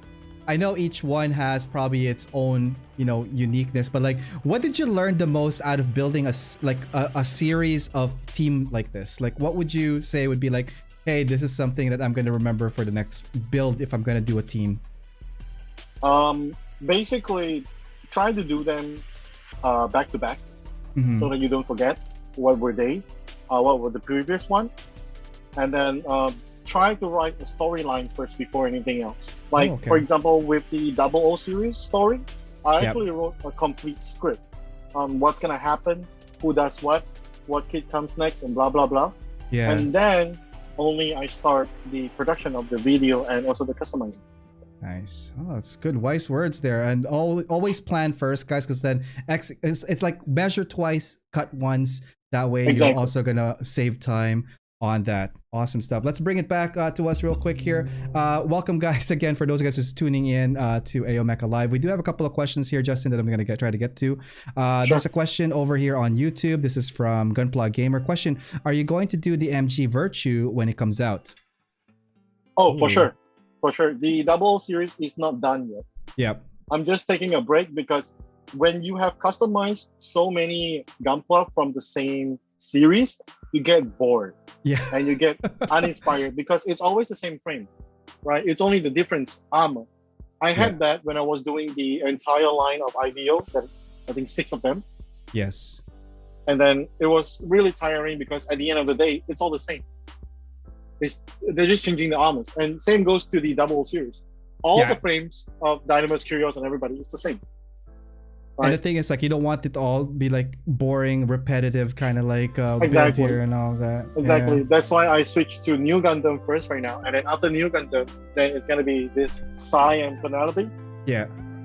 Nice. It's a good palette cleanser too, because like you're not working on the same kind of like scale or build or color scheme. That's awesome. Do you think that is what helps you as well, more so than just like building because of popularity, but also changing the scale or paint colors? Right. Well, when it comes to build for popularity, there's only so much that you can keep up with. For example, I missed out the 08 when it released. I got the kit, but I didn't have the time. I missed out the RG Xeon when it came out. I got the kit, but I didn't have the time. Yeah. So it all depends on the timing itself as well. It's not entirely on popularity. So it's just nice that I'm finishing the New Gundam, like probably in 2 weeks' time, because I'm turning the whole thing into a resin kit without using a resin kit. So expect a lot of pla modding and not pla plating anymore. It's pla modding. Oh, like wow. cutting up parts, replacing parts, modding the entire look and feel out of it. And after that, on the Zai as well. So Zai and Penelope, I'm gonna create a diorama for it for sure. Right. So it has the funnel effects. Are you gonna be? Are you fond of using any of the effects? Because I don't usually see you with that. I see you building dioramas behind it and all that, right? Yeah. So I'm big with explosions. I'm like Michael Bay of Gunpla, I would say. All you're missing is like you gotta open a door and freaking pigeons would be like. I know, right? Going out of it. I know, right? Right. So the thing is that I tried to do a little bit more dramatic, and having explosions in your diorama that lead up really lights up the Gunpla itself. Yes. It gives it a perspective, right? It's a freeze moment, right? That 0.1 second that was frozen, imagine that in your fighting scene. And it looks really cool. So explosions, people fighting, robots fighting, for sure there's gonna be explosions. Look at Pacific Rim, right? It's exploding everywhere. Look at Kong versus Godzilla. The whole city was trash. Yeah. Right? So imagine that happening with your Gunpla when you're doing a diorama, and you'll get a little bit more creative, And having explosions is just one of the best accessories to have in a diorama that will look good no matter what. Are you gonna be doing a video kind of like or a session in your university for explosion and how to do it? Because I know some of the techniques you saw there. I already did you already? I've already done it. Okay. But I didn't have the time to edit. Okay. Because I was looking at some of the techniques you did there. I saw the cotton. I see the LED at the end of the pipe.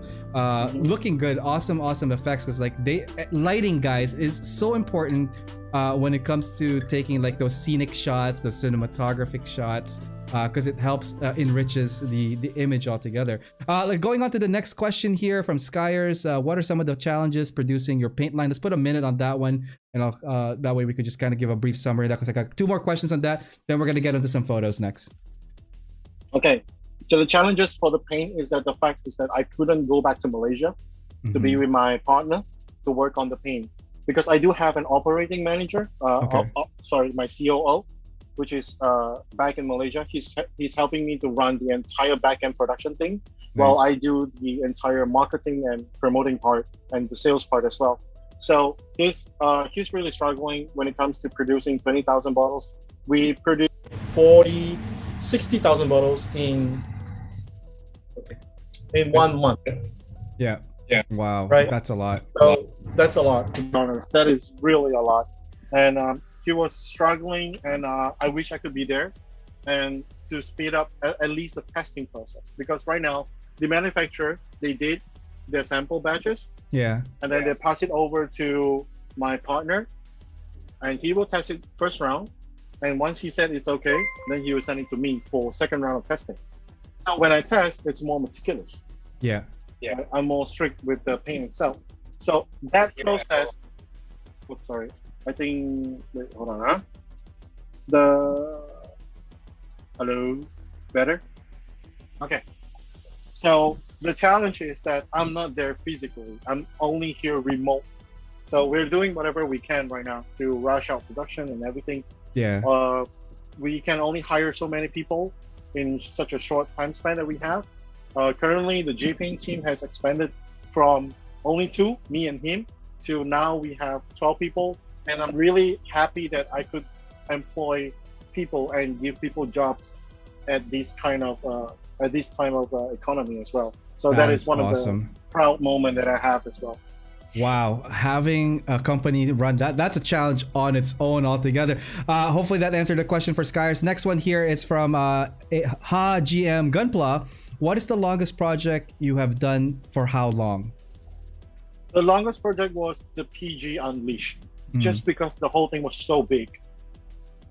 Even painting took twice as long. There's so many parts to go through.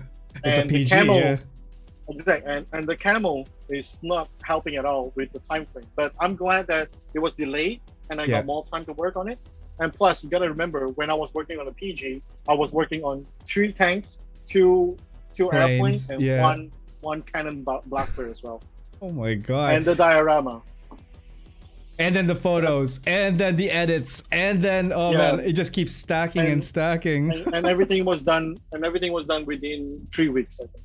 Wow. Last question here until we get back to the thing. From Shadow Mortalized, when painting his parts, does he paint the undersides of them too, or leave them as is? Okay, it depends. If it's a frame, then I do not paint the underside, because I do not want the paint to clog up the joints. And make it hard to move or chip it, because sometimes paint chips because you paint them unstrategically. Right. And when you're posing, you kind of pull the paint along as well, because some paint, when you chip, it chips just like that, or some paint, when it chips, it gets teared, right, just like a piece of paper, something like that. So when you paint, try to paint more strategically. If you can't see that part, you don't have to paint that part. Right? Nobody is gonna blame you for not painting the insides of the armor if it's not needed. And save if you don't see it, save time as well in production. Save time, save paint, save money. Awesome. Thank you for the questions, guys. I think those are the rounds all the way from Instagram. We're gonna go next, a couple like non-Gundam related, but this is actually interesting. Let's go to the next photos, guys. Here, this is your studio. Can you walk us through what your workspace is like? Basically, I came from a 100 cm, which is 3 feet times 1.5 feet table, to a full-size L-shaped table that is currently, I think, 4 feet. Right? I think 4 feet. No, it's not 4 feet. I think it's more than that. It's 3.5 feet. But it looks bigger than it is. But to be honest, in my studio, I could touch both walls with both my hands. Oh my god! It's really that small. So this is what I have. after the remodel, the first remodel of the studio. Just I would like to touch on the fact that other than improving yourself as a builder, you gotta try to make yourself more efficient so that you can spend time enjoying what you do best, which is the hobby, not tinkering around, looking for parts, looking for or cleaning dust, looking for tools. So everything that I have with me is labeled. Oh, that's awesome. That's always good to have. For example, I got all these tiny boxes. They're labeled LED tools, pipes, hot glues, blue LEDs, orange LEDs, And Nice. everything is labeled. Everything has that place. And I got all these quick access racks as well. So that's where all my sanding stuff is. This is Awesome. the part from Sotheby's. Don't mind that. But you see all this display, some other brands as well of sanding parts. Gun primer is here as well. And then this is my scribing station. Basically all the pen type. So I got my marker, my pen knife, my tweezers, my drill, my scriber holders. And then at the bottom, I got all my MathWorks scribing Chisels, yeah. Yeah, my vise is here, my display is here. Inside is all my masking tape and my scribing tape. That's a lot of tape. Holy cow! I've never seen so many tape in my life. That's cool. As well as a bunch of scribers from Samawangu. Nice. Nice. So wow. you gotta keep yourself organized. The main thing is because if you are unorganized, basically, you spend more time look for things. Yeah. Okay. And if your space is messy, you spend more time looking for parts when you drop on the floor. So I try to keep everything hung up on the wall. Yeah. Because I have lights and stuff like that. So you have light stands and everything. So I try to keep everything above the waist. Yeah. So to reduce stands, to reduce all this, because stands and corner legs, those are the dust collectors. Oh, absolutely. Absolutely. Right? Dust always go there. Yeah. So I try to reduce whatever that is on my feet so that I don't have to do too much cleanup. Yeah. Right. Oh, good call. And when parts were dropped, they don't hide behind the leg and it's hard to access, So, try dropping them during a live session. Oh my god, it's just like forget about right? it. Exactly. So I'll find it later on. So basically that's why. And then what's coming up next for Studio G is that I'm fortunate enough to be able to remodel my entire house, because Nice. this house currently is actually my wife's house, right? So in the Philippines they build their own house, right? Yeah. So she built her own house for like I think like 15 years ago. So things are getting old, the drywalls are getting old, ceilings are getting old. So right now I think it's time to do a refurbish. That's good. And given that I have a little bit of budget right now, it's actually only $5,000 for the entire house. What? Okay. Wow. Okay. Yeah. So I'll be working on it myself, and I'll be building every furniture in the house as well. Nice. Well, can you document some of that? Because I'm from an architectural point, I would love to see that. I'm gonna make blogs about them Yeah. to fill in the gaps. But at the same time, as of today, as of last week until now, I'm working hard on filling up the gaps because I'll be away. The entire timeline for the renovation work is gonna be for 1 month, 30 days. Yeah. Right? I'll be working full 30 days. There's no break for me, because I want to save money and save costs. So I'm going to work on it myself alongside with 3 other people that I'm hiring to help me. Nice. And then we're going to do the floors, the ceiling, the walls, everything new, brand new toilets as well. And then one more thing is that I'm going to be making videos of it as well. So right now what I'm doing is that I'm rushing out the new Gundam as well as the Psy Gundam, so that I have 2 more videos to slot in during the 2 weeks. during the time that you're working on So your this is the house, sacrifice that I have to do as a YouTuber, because I have to commit to my fans. Yes, I know people who subscribe to me, they always tell me that, dude, it's okay, we can wait for your videos, but I'm not that kind of person. When I say that I'm gonna be there at 8:30, I'm there at 8:30. Yep. Right. That's good. So I try to keep to my word as much as I can. And if I didn't, I apologize, guys. But I'm trying my best. And to just echo on that, every step of the way developing this show, Justin has been more than accommodating, very ahead of time too with like a lot of this stuff. So thank you again for all of the stuff that led to this show. It's been such No problem. such a stress free for me. Aside from that last half hour before the show where I'm like, oh my god, I can't hear you. Where are you? Yeah. Next up here, let's talk a little bit about the future of G-Paint. I know you sent me some images in this, but like I wanted, if you want the audience to know a little bit more about the future of G-Paint, please go ahead and let us know. What is the future of G-Paint, man? Right. So for G-Paint itself, right now, we play on our strength, which is the fact that the paint is the easiest one for you to use. You just paint and pour. You just pour and paint. And then the other one is that maybe you might need to add a little bit of thinner here and there to stretch it out so that you can work well with your airbrush, because that one, I cannot guarantee that every single paint will work well with every single airbrush, right? So these are the new direction that we are going with. We're playing with our strength.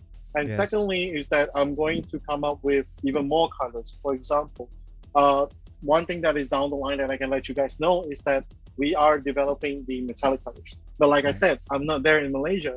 So whatever that was developed based on the formula and the specification that I want, it has to go through 2 rounds of tests.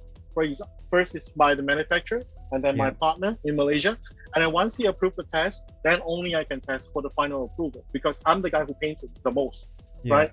So, and I'm the guy who has to understand the product in and out so that I can explain and can market the product properly for you guys, right? So, but we definitely have 8 more colors of metallic coming on. And so that is going to be really exciting. RGB and a couple of shades of gold, silver, and copper as well. So nice. It's going to be scratch resistant. It's going to be primerless as well. So the whole goal is for me to formulate something that doesn't require you to base any metallic black anymore. So if you paint metallic on something else, it's going to be that color. So we're going to try to take our time to do that. Can I ask a question as well for the future of your paints? I know there's a couple of set of colors that you did not mention yet, but I don't know if that's going to be in production or if you can share it yet. Question is like fluorescent, and the other one would be chrome. Those are the other 2 paints that I would. Oh, and the third one would be like, I guess, the clear ones, I guess, right? Okay. Yeah. So the thing is that we are working with a much bigger manufacturer right now. So money is a problem, because every time we develop a new paint, we have to put in a minimum order of 1,000 liters. Wow. So you know those radiation tanks, the drums that you see? Our paint comes in those drums. Each drum is 200 liters.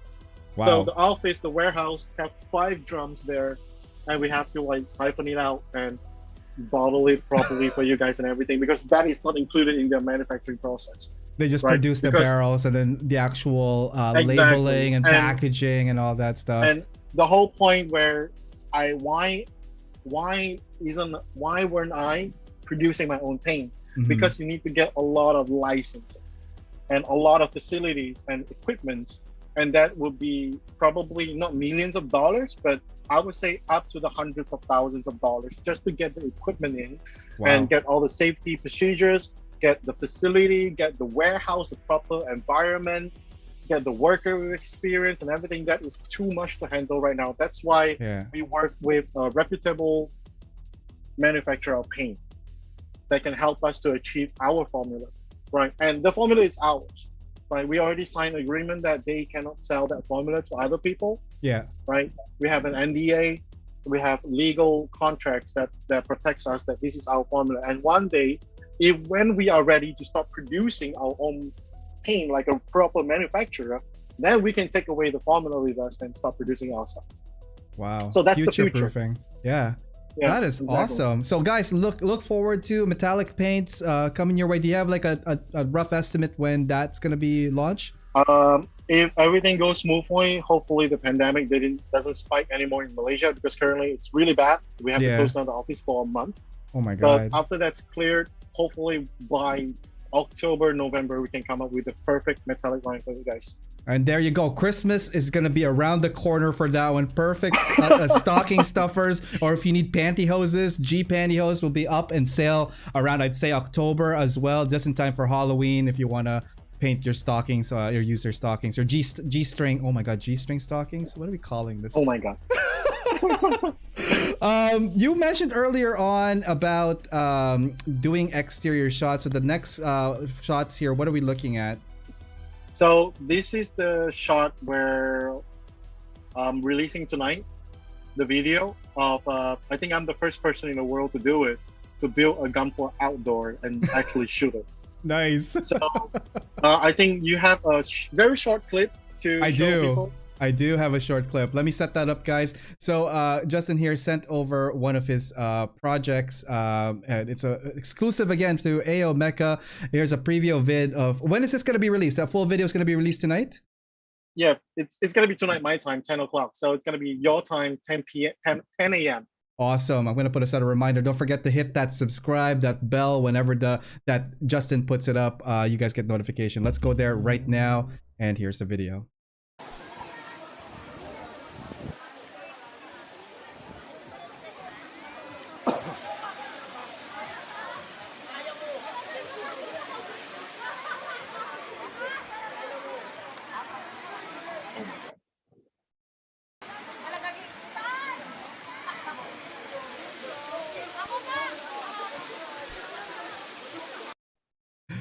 Wow.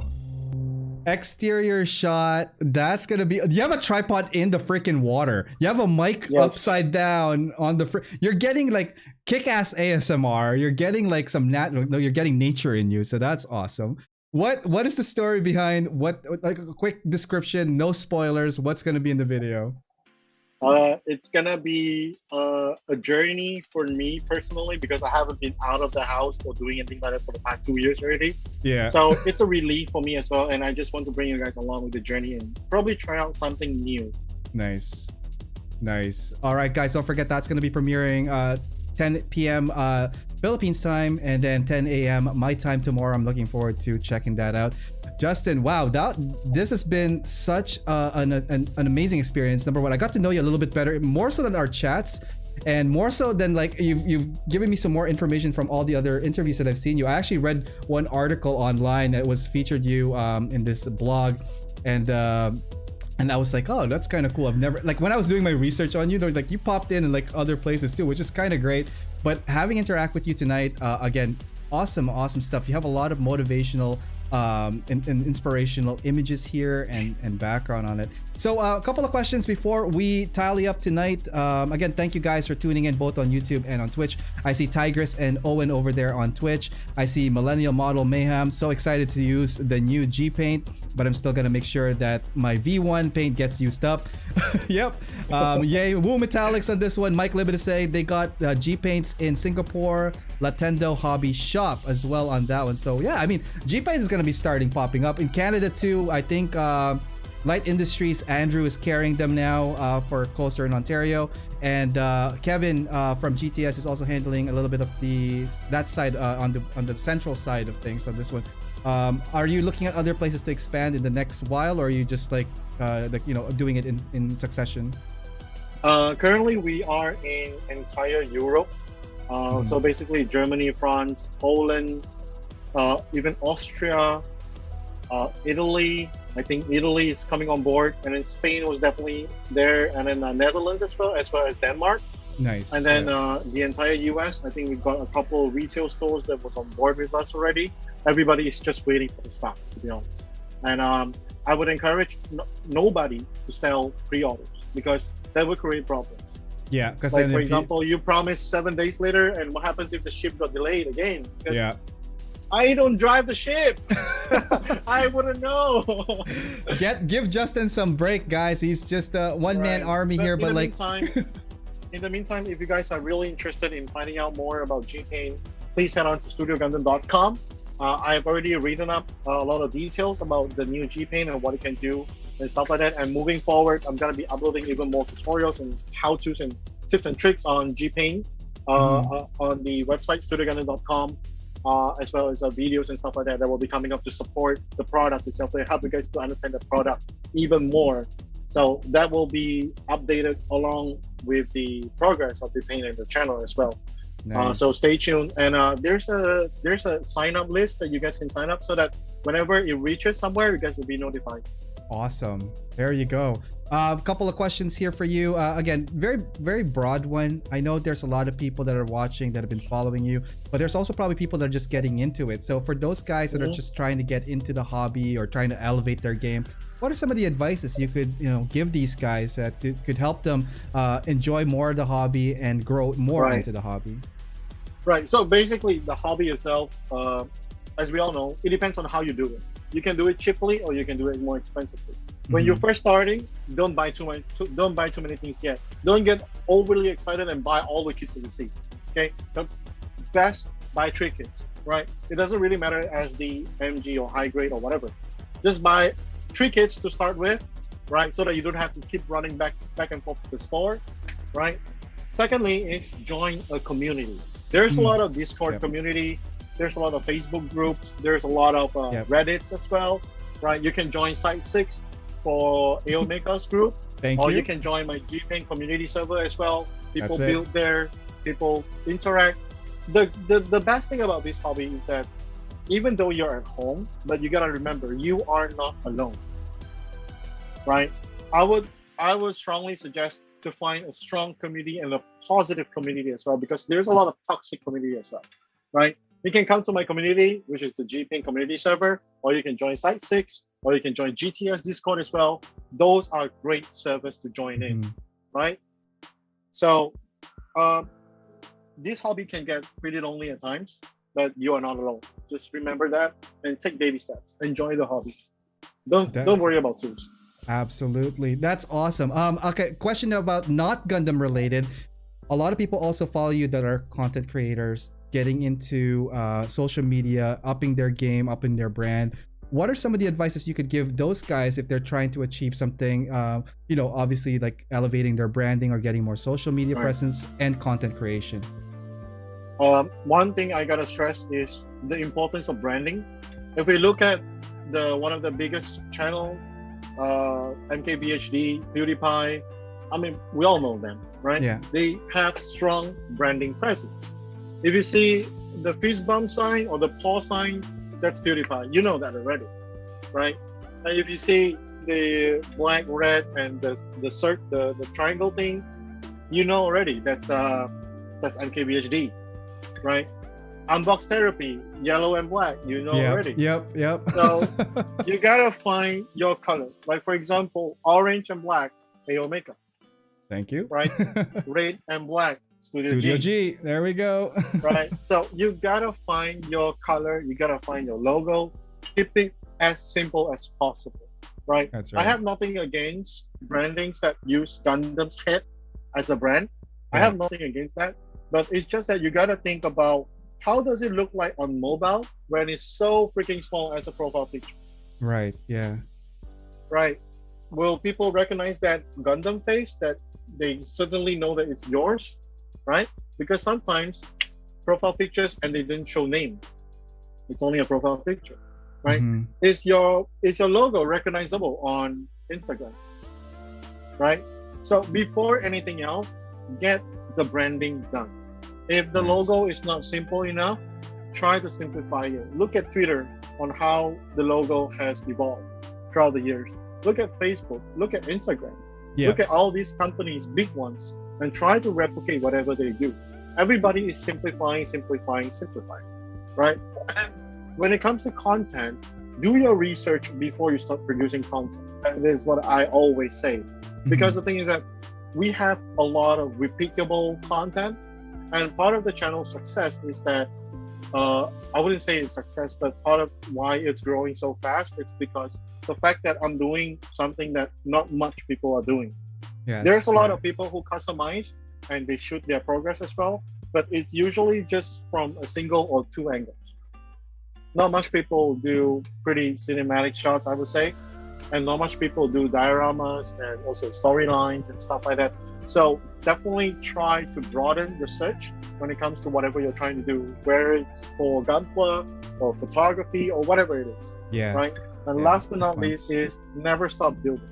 Never stop building your career, your relationships, your health, and also never stop building you as a person so that you can take care of more people. Right now, you're taking care of yourself, right? But when you get older, you're gonna take care of your family, and when you can, take care of even more people, the community or charity or whatever. You know, Nice. that's gonna make the world a whole lot better place. Oh my God, lots of positivity here. Justin is such an amazing, beautiful, sexy person, creative and talented, and all the adjectives that you want to describe. Justin, it's been such a pleasure having you in this show. And Thank again, you so big much. shout out to everybody joining us both on Twitch and on YouTube. Guys, this is probably one of my favorite shows this season, by far, because like we talked so many parts. We talked about photography, we talked about Gundam, we talked about branding, we talked about paints and how to apply them. There's so many questions here, guys. Hopefully you guys learned a lot tonight because Justin here is filled with so much information. Don't forget to follow him. But if people want to follow you, Justin, can you just let us know where are the best places to check you out, and or their social medias that you could share with these guys to check you out? Sure, I would say start with YouTube. I'm lucky enough that currently you just search for Studio G and my logo will pop out. The Yeah. G, red color G. Just click that, subscribe, done. And then Nice. Instagram is just studio_Gundam. So it's there. It's pretty easy. And Yeah. don't forget to check out his website as well. Oh yeah, studiogundam.com. Thank you very much. If you want to find out more about G-Paint and how to use them, what are they essentially. So do let me know what you guys think about my channel, my videos, and stuff like that in the comment section below in my videos, and also let Aomeka know who do you guys want to see next. on his Absolutely. guests. Who do you guys want to In the see next? comment section below. I want Justin back for sure. Justin, I see future episodes with us, and hopefully it won't be like a 4-hour marathon. But dude, we've crossed 3 hours here. It's almost 3.5. How are you feeling? Are you still okay? You're not gonna pass out on me, are you, bro? Actually, I do want to say this to you is that let's do a charity show. Yes. Yeah. Fundraising, and I will donate one of my kits that I have already customized for Awesome. charity to raise money for it. Fantastic. Thank you so much for that offer, and thank you so much for doing this show with us. It was a blast, man. Stick around after the show. We're gonna chat a little bit more before we do this full send off. But the guys, Justin here, amazing person. Check him out in the social. Check out his paints. Try his paints because they look awesome. And don't forget, guys, G Pantyhose is coming up this fall, so watch out for that. It'll be distributed through Aomeka or somewhere in North America. It'll be great. It'll have variety of color ranging from black, gray, brown, skin color, all of that. It won't matter because you're going to paint over them anyways, but we'll give you a lot of options. We're going to need to also find a model to showcase all of this, but you know what? That's part of branding and marketing. We're going to talk more about that after the Kickstarter has been launched. End of this one. Justin, last words for your audience today before we send you off, man. Never stop building. That's all I always say. Never stop building in all aspects of our life. Never stop. That's what makes us human. That's it. Justin, thank you so much. Just to say bye to everybody, but yeah, we'll chat in a bit after the show, after I do the outros, but say bye to everyone. Bye-bye. All right, guys, that was Justin, aka Studio G. Check him out on his socials. Check out his paints. Check out his website. Oh my god, the YouTube videos on his is very, very not just educational. It's not just inspirational. It is definitely a life changer because there's a lot of information there that would help you elevate what you are, or where you want to go in this hobby, be it like a YouTube creator, be it a gunpla modeler. Again, lots of stuff there. Don't forget to check that out, guys. Also, we need to pay the bill, so let's go check out our sponsors for the show. MSMN's Gunpla Studio for Canada. Check them out at msmn.com. They have all sorts of gunpla, mecha, paints, materials, and all sorts of stuff. They ship across Canada in all provinces. They're located in Montreal, and I think they just opened this week with the band lifting there. So if you guys are local, definitely go check them out. Lastly, guys, this show is powered by USA Gundam Store, usagundamstore.com, and check them out, guys, if you're looking for gunpla, Gundam, mecha figures, Michael Rinaldi's weathering books, mecha decals by the Child of Mecha. I think the volume 1 of pre-orders are nearing completion for the Ver-Ed volume 1 book, and don't forget to also check out Don Serrato's Machina book. They're all there, and you could save with my discount code AOMecha10. All right, so that is it for the show tonight. Hopefully you guys had blast, and hopefully you guys managed to get all the way to the end, because there were so many good parts throughout the whole thing. Don't forget to check that out on the YouTube tomorrow. That's going to be for the replay if you guys missed it tonight. Big thank you to everybody that's tuning in both on YouTube and on Twitch. Big thank you to Justin Studio G for doing this show with us tonight. And man, I'm still pumped. My adrenaline is still rushing because like all these ideas now are cooking in my head. Lots of inspirational stuff. So guys, don't forget to check out Justin and Studio G. Try the cheap paints if you can. And yeah, let us know what you think about that. All right, so this Monday coming up, a new Backlog Builder episode that's going to be at 8 p.m. EST. And then next Saturday, I'm going to do a special show because I think it's about 1 year now with YouTube and AO Mecha channel being live and active. So again, thank you so much for a year worth of support. So many people to thank, so many people that helped me throughout this whole journey that I don't think that one show could hold it, but we'll do something special for you guys there. We're probably gonna have a whole bunch of guest stars popping in or something. We'll do something crazy. I have a 1 week to plan it, and I don't know what we're gonna do yet. But anyways, check that out Saturday. Otherwise, guys, good day, good evening, a good morning to people over there, and a good afternoon now for people over there and across the world. Thank you for tuning in. My name is Ariel, and this is AO Mecha Live. So till next time, guys, take care. I'll catch you next time. Cheers.